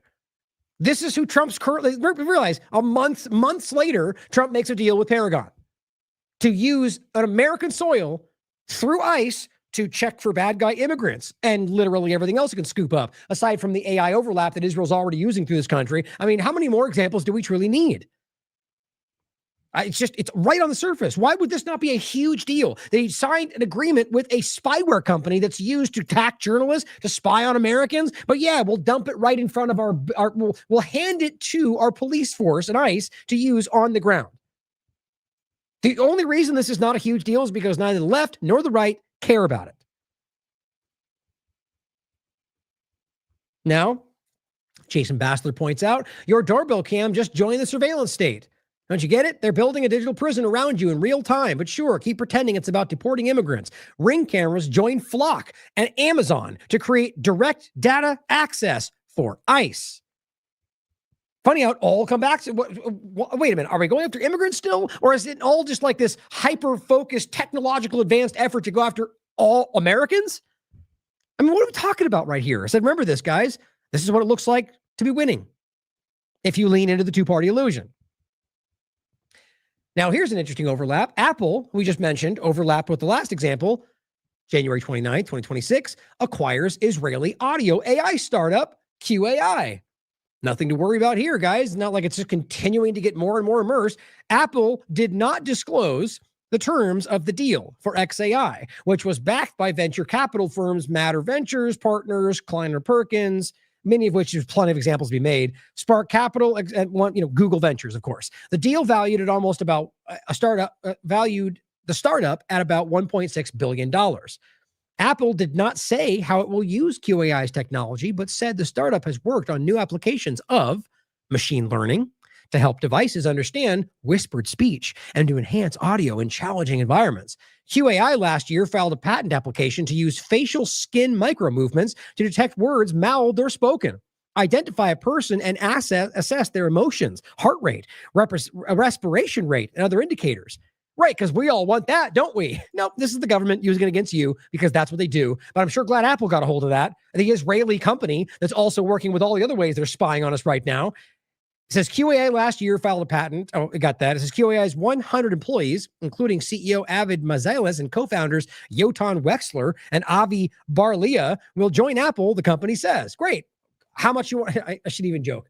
Yeah, they're all Israeli Unit 8200 and intelligence, but no big deal, though, because apparently that doesn't even matter anymore.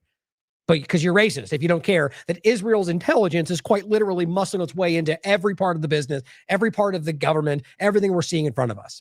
It's not even a joke. It's not some hyperbolic statement, guys. Apple CEO Tim Cook has donated $1 million to Trump's inauguration.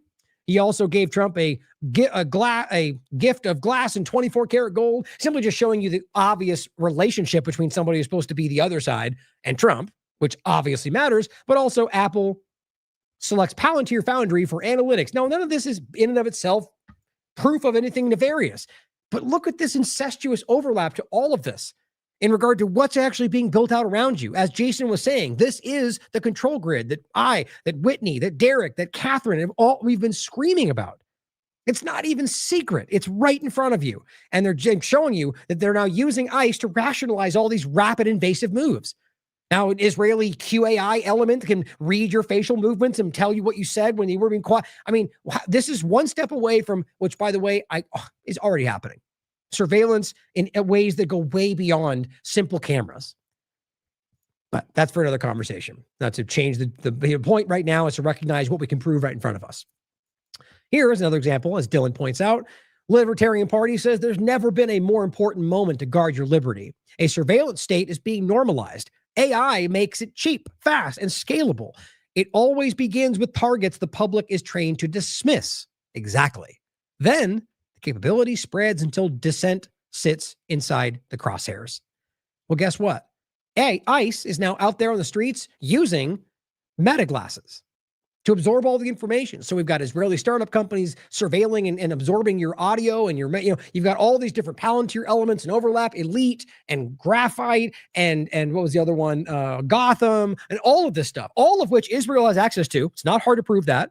On top of the fact that they are literally monitoring you and absorbing your biometrics. Not just immigrants, by the way, but I'm sure you could piece that out.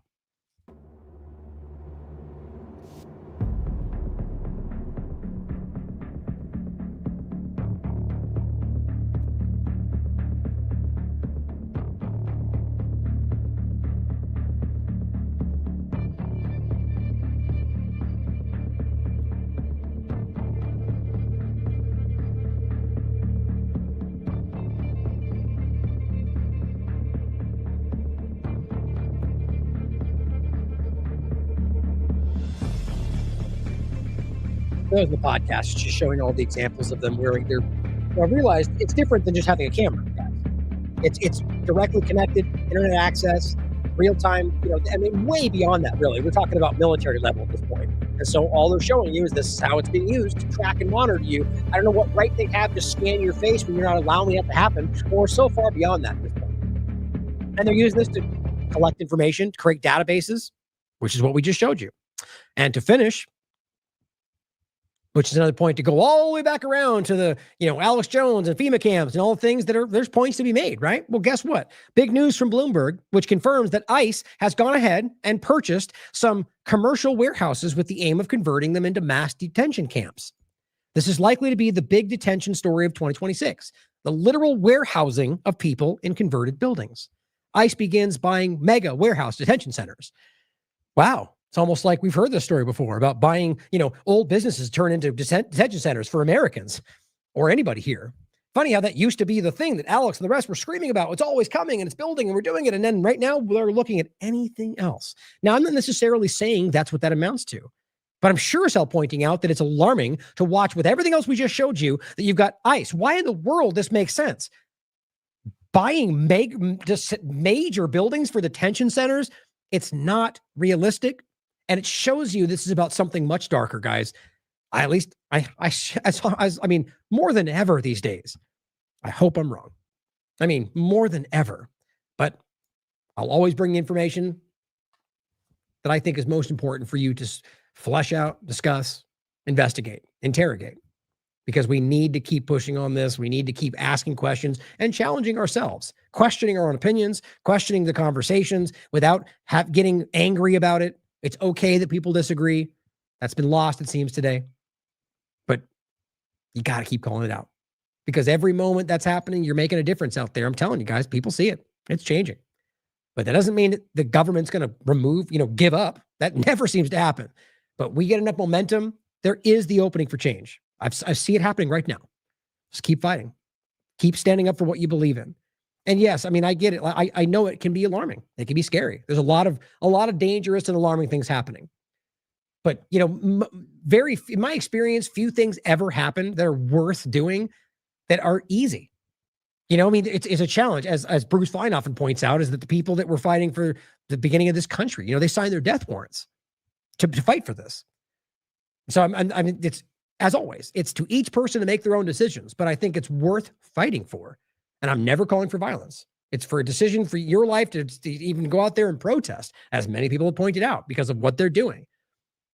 But I think the reason that it feels that way, scary or alarming, is because it's been driven there by the power structure to make you afraid to stand up for what you believe, to stand up for what you are owed, what your rights are, right? If you're afraid to stand up there and say, that's my right, then they've won. Simple as that. So thank you for continuing to fight. Thank you for calling it all out. I love you all. As always, question everything. Come to your own conclusions. Stay vigilant.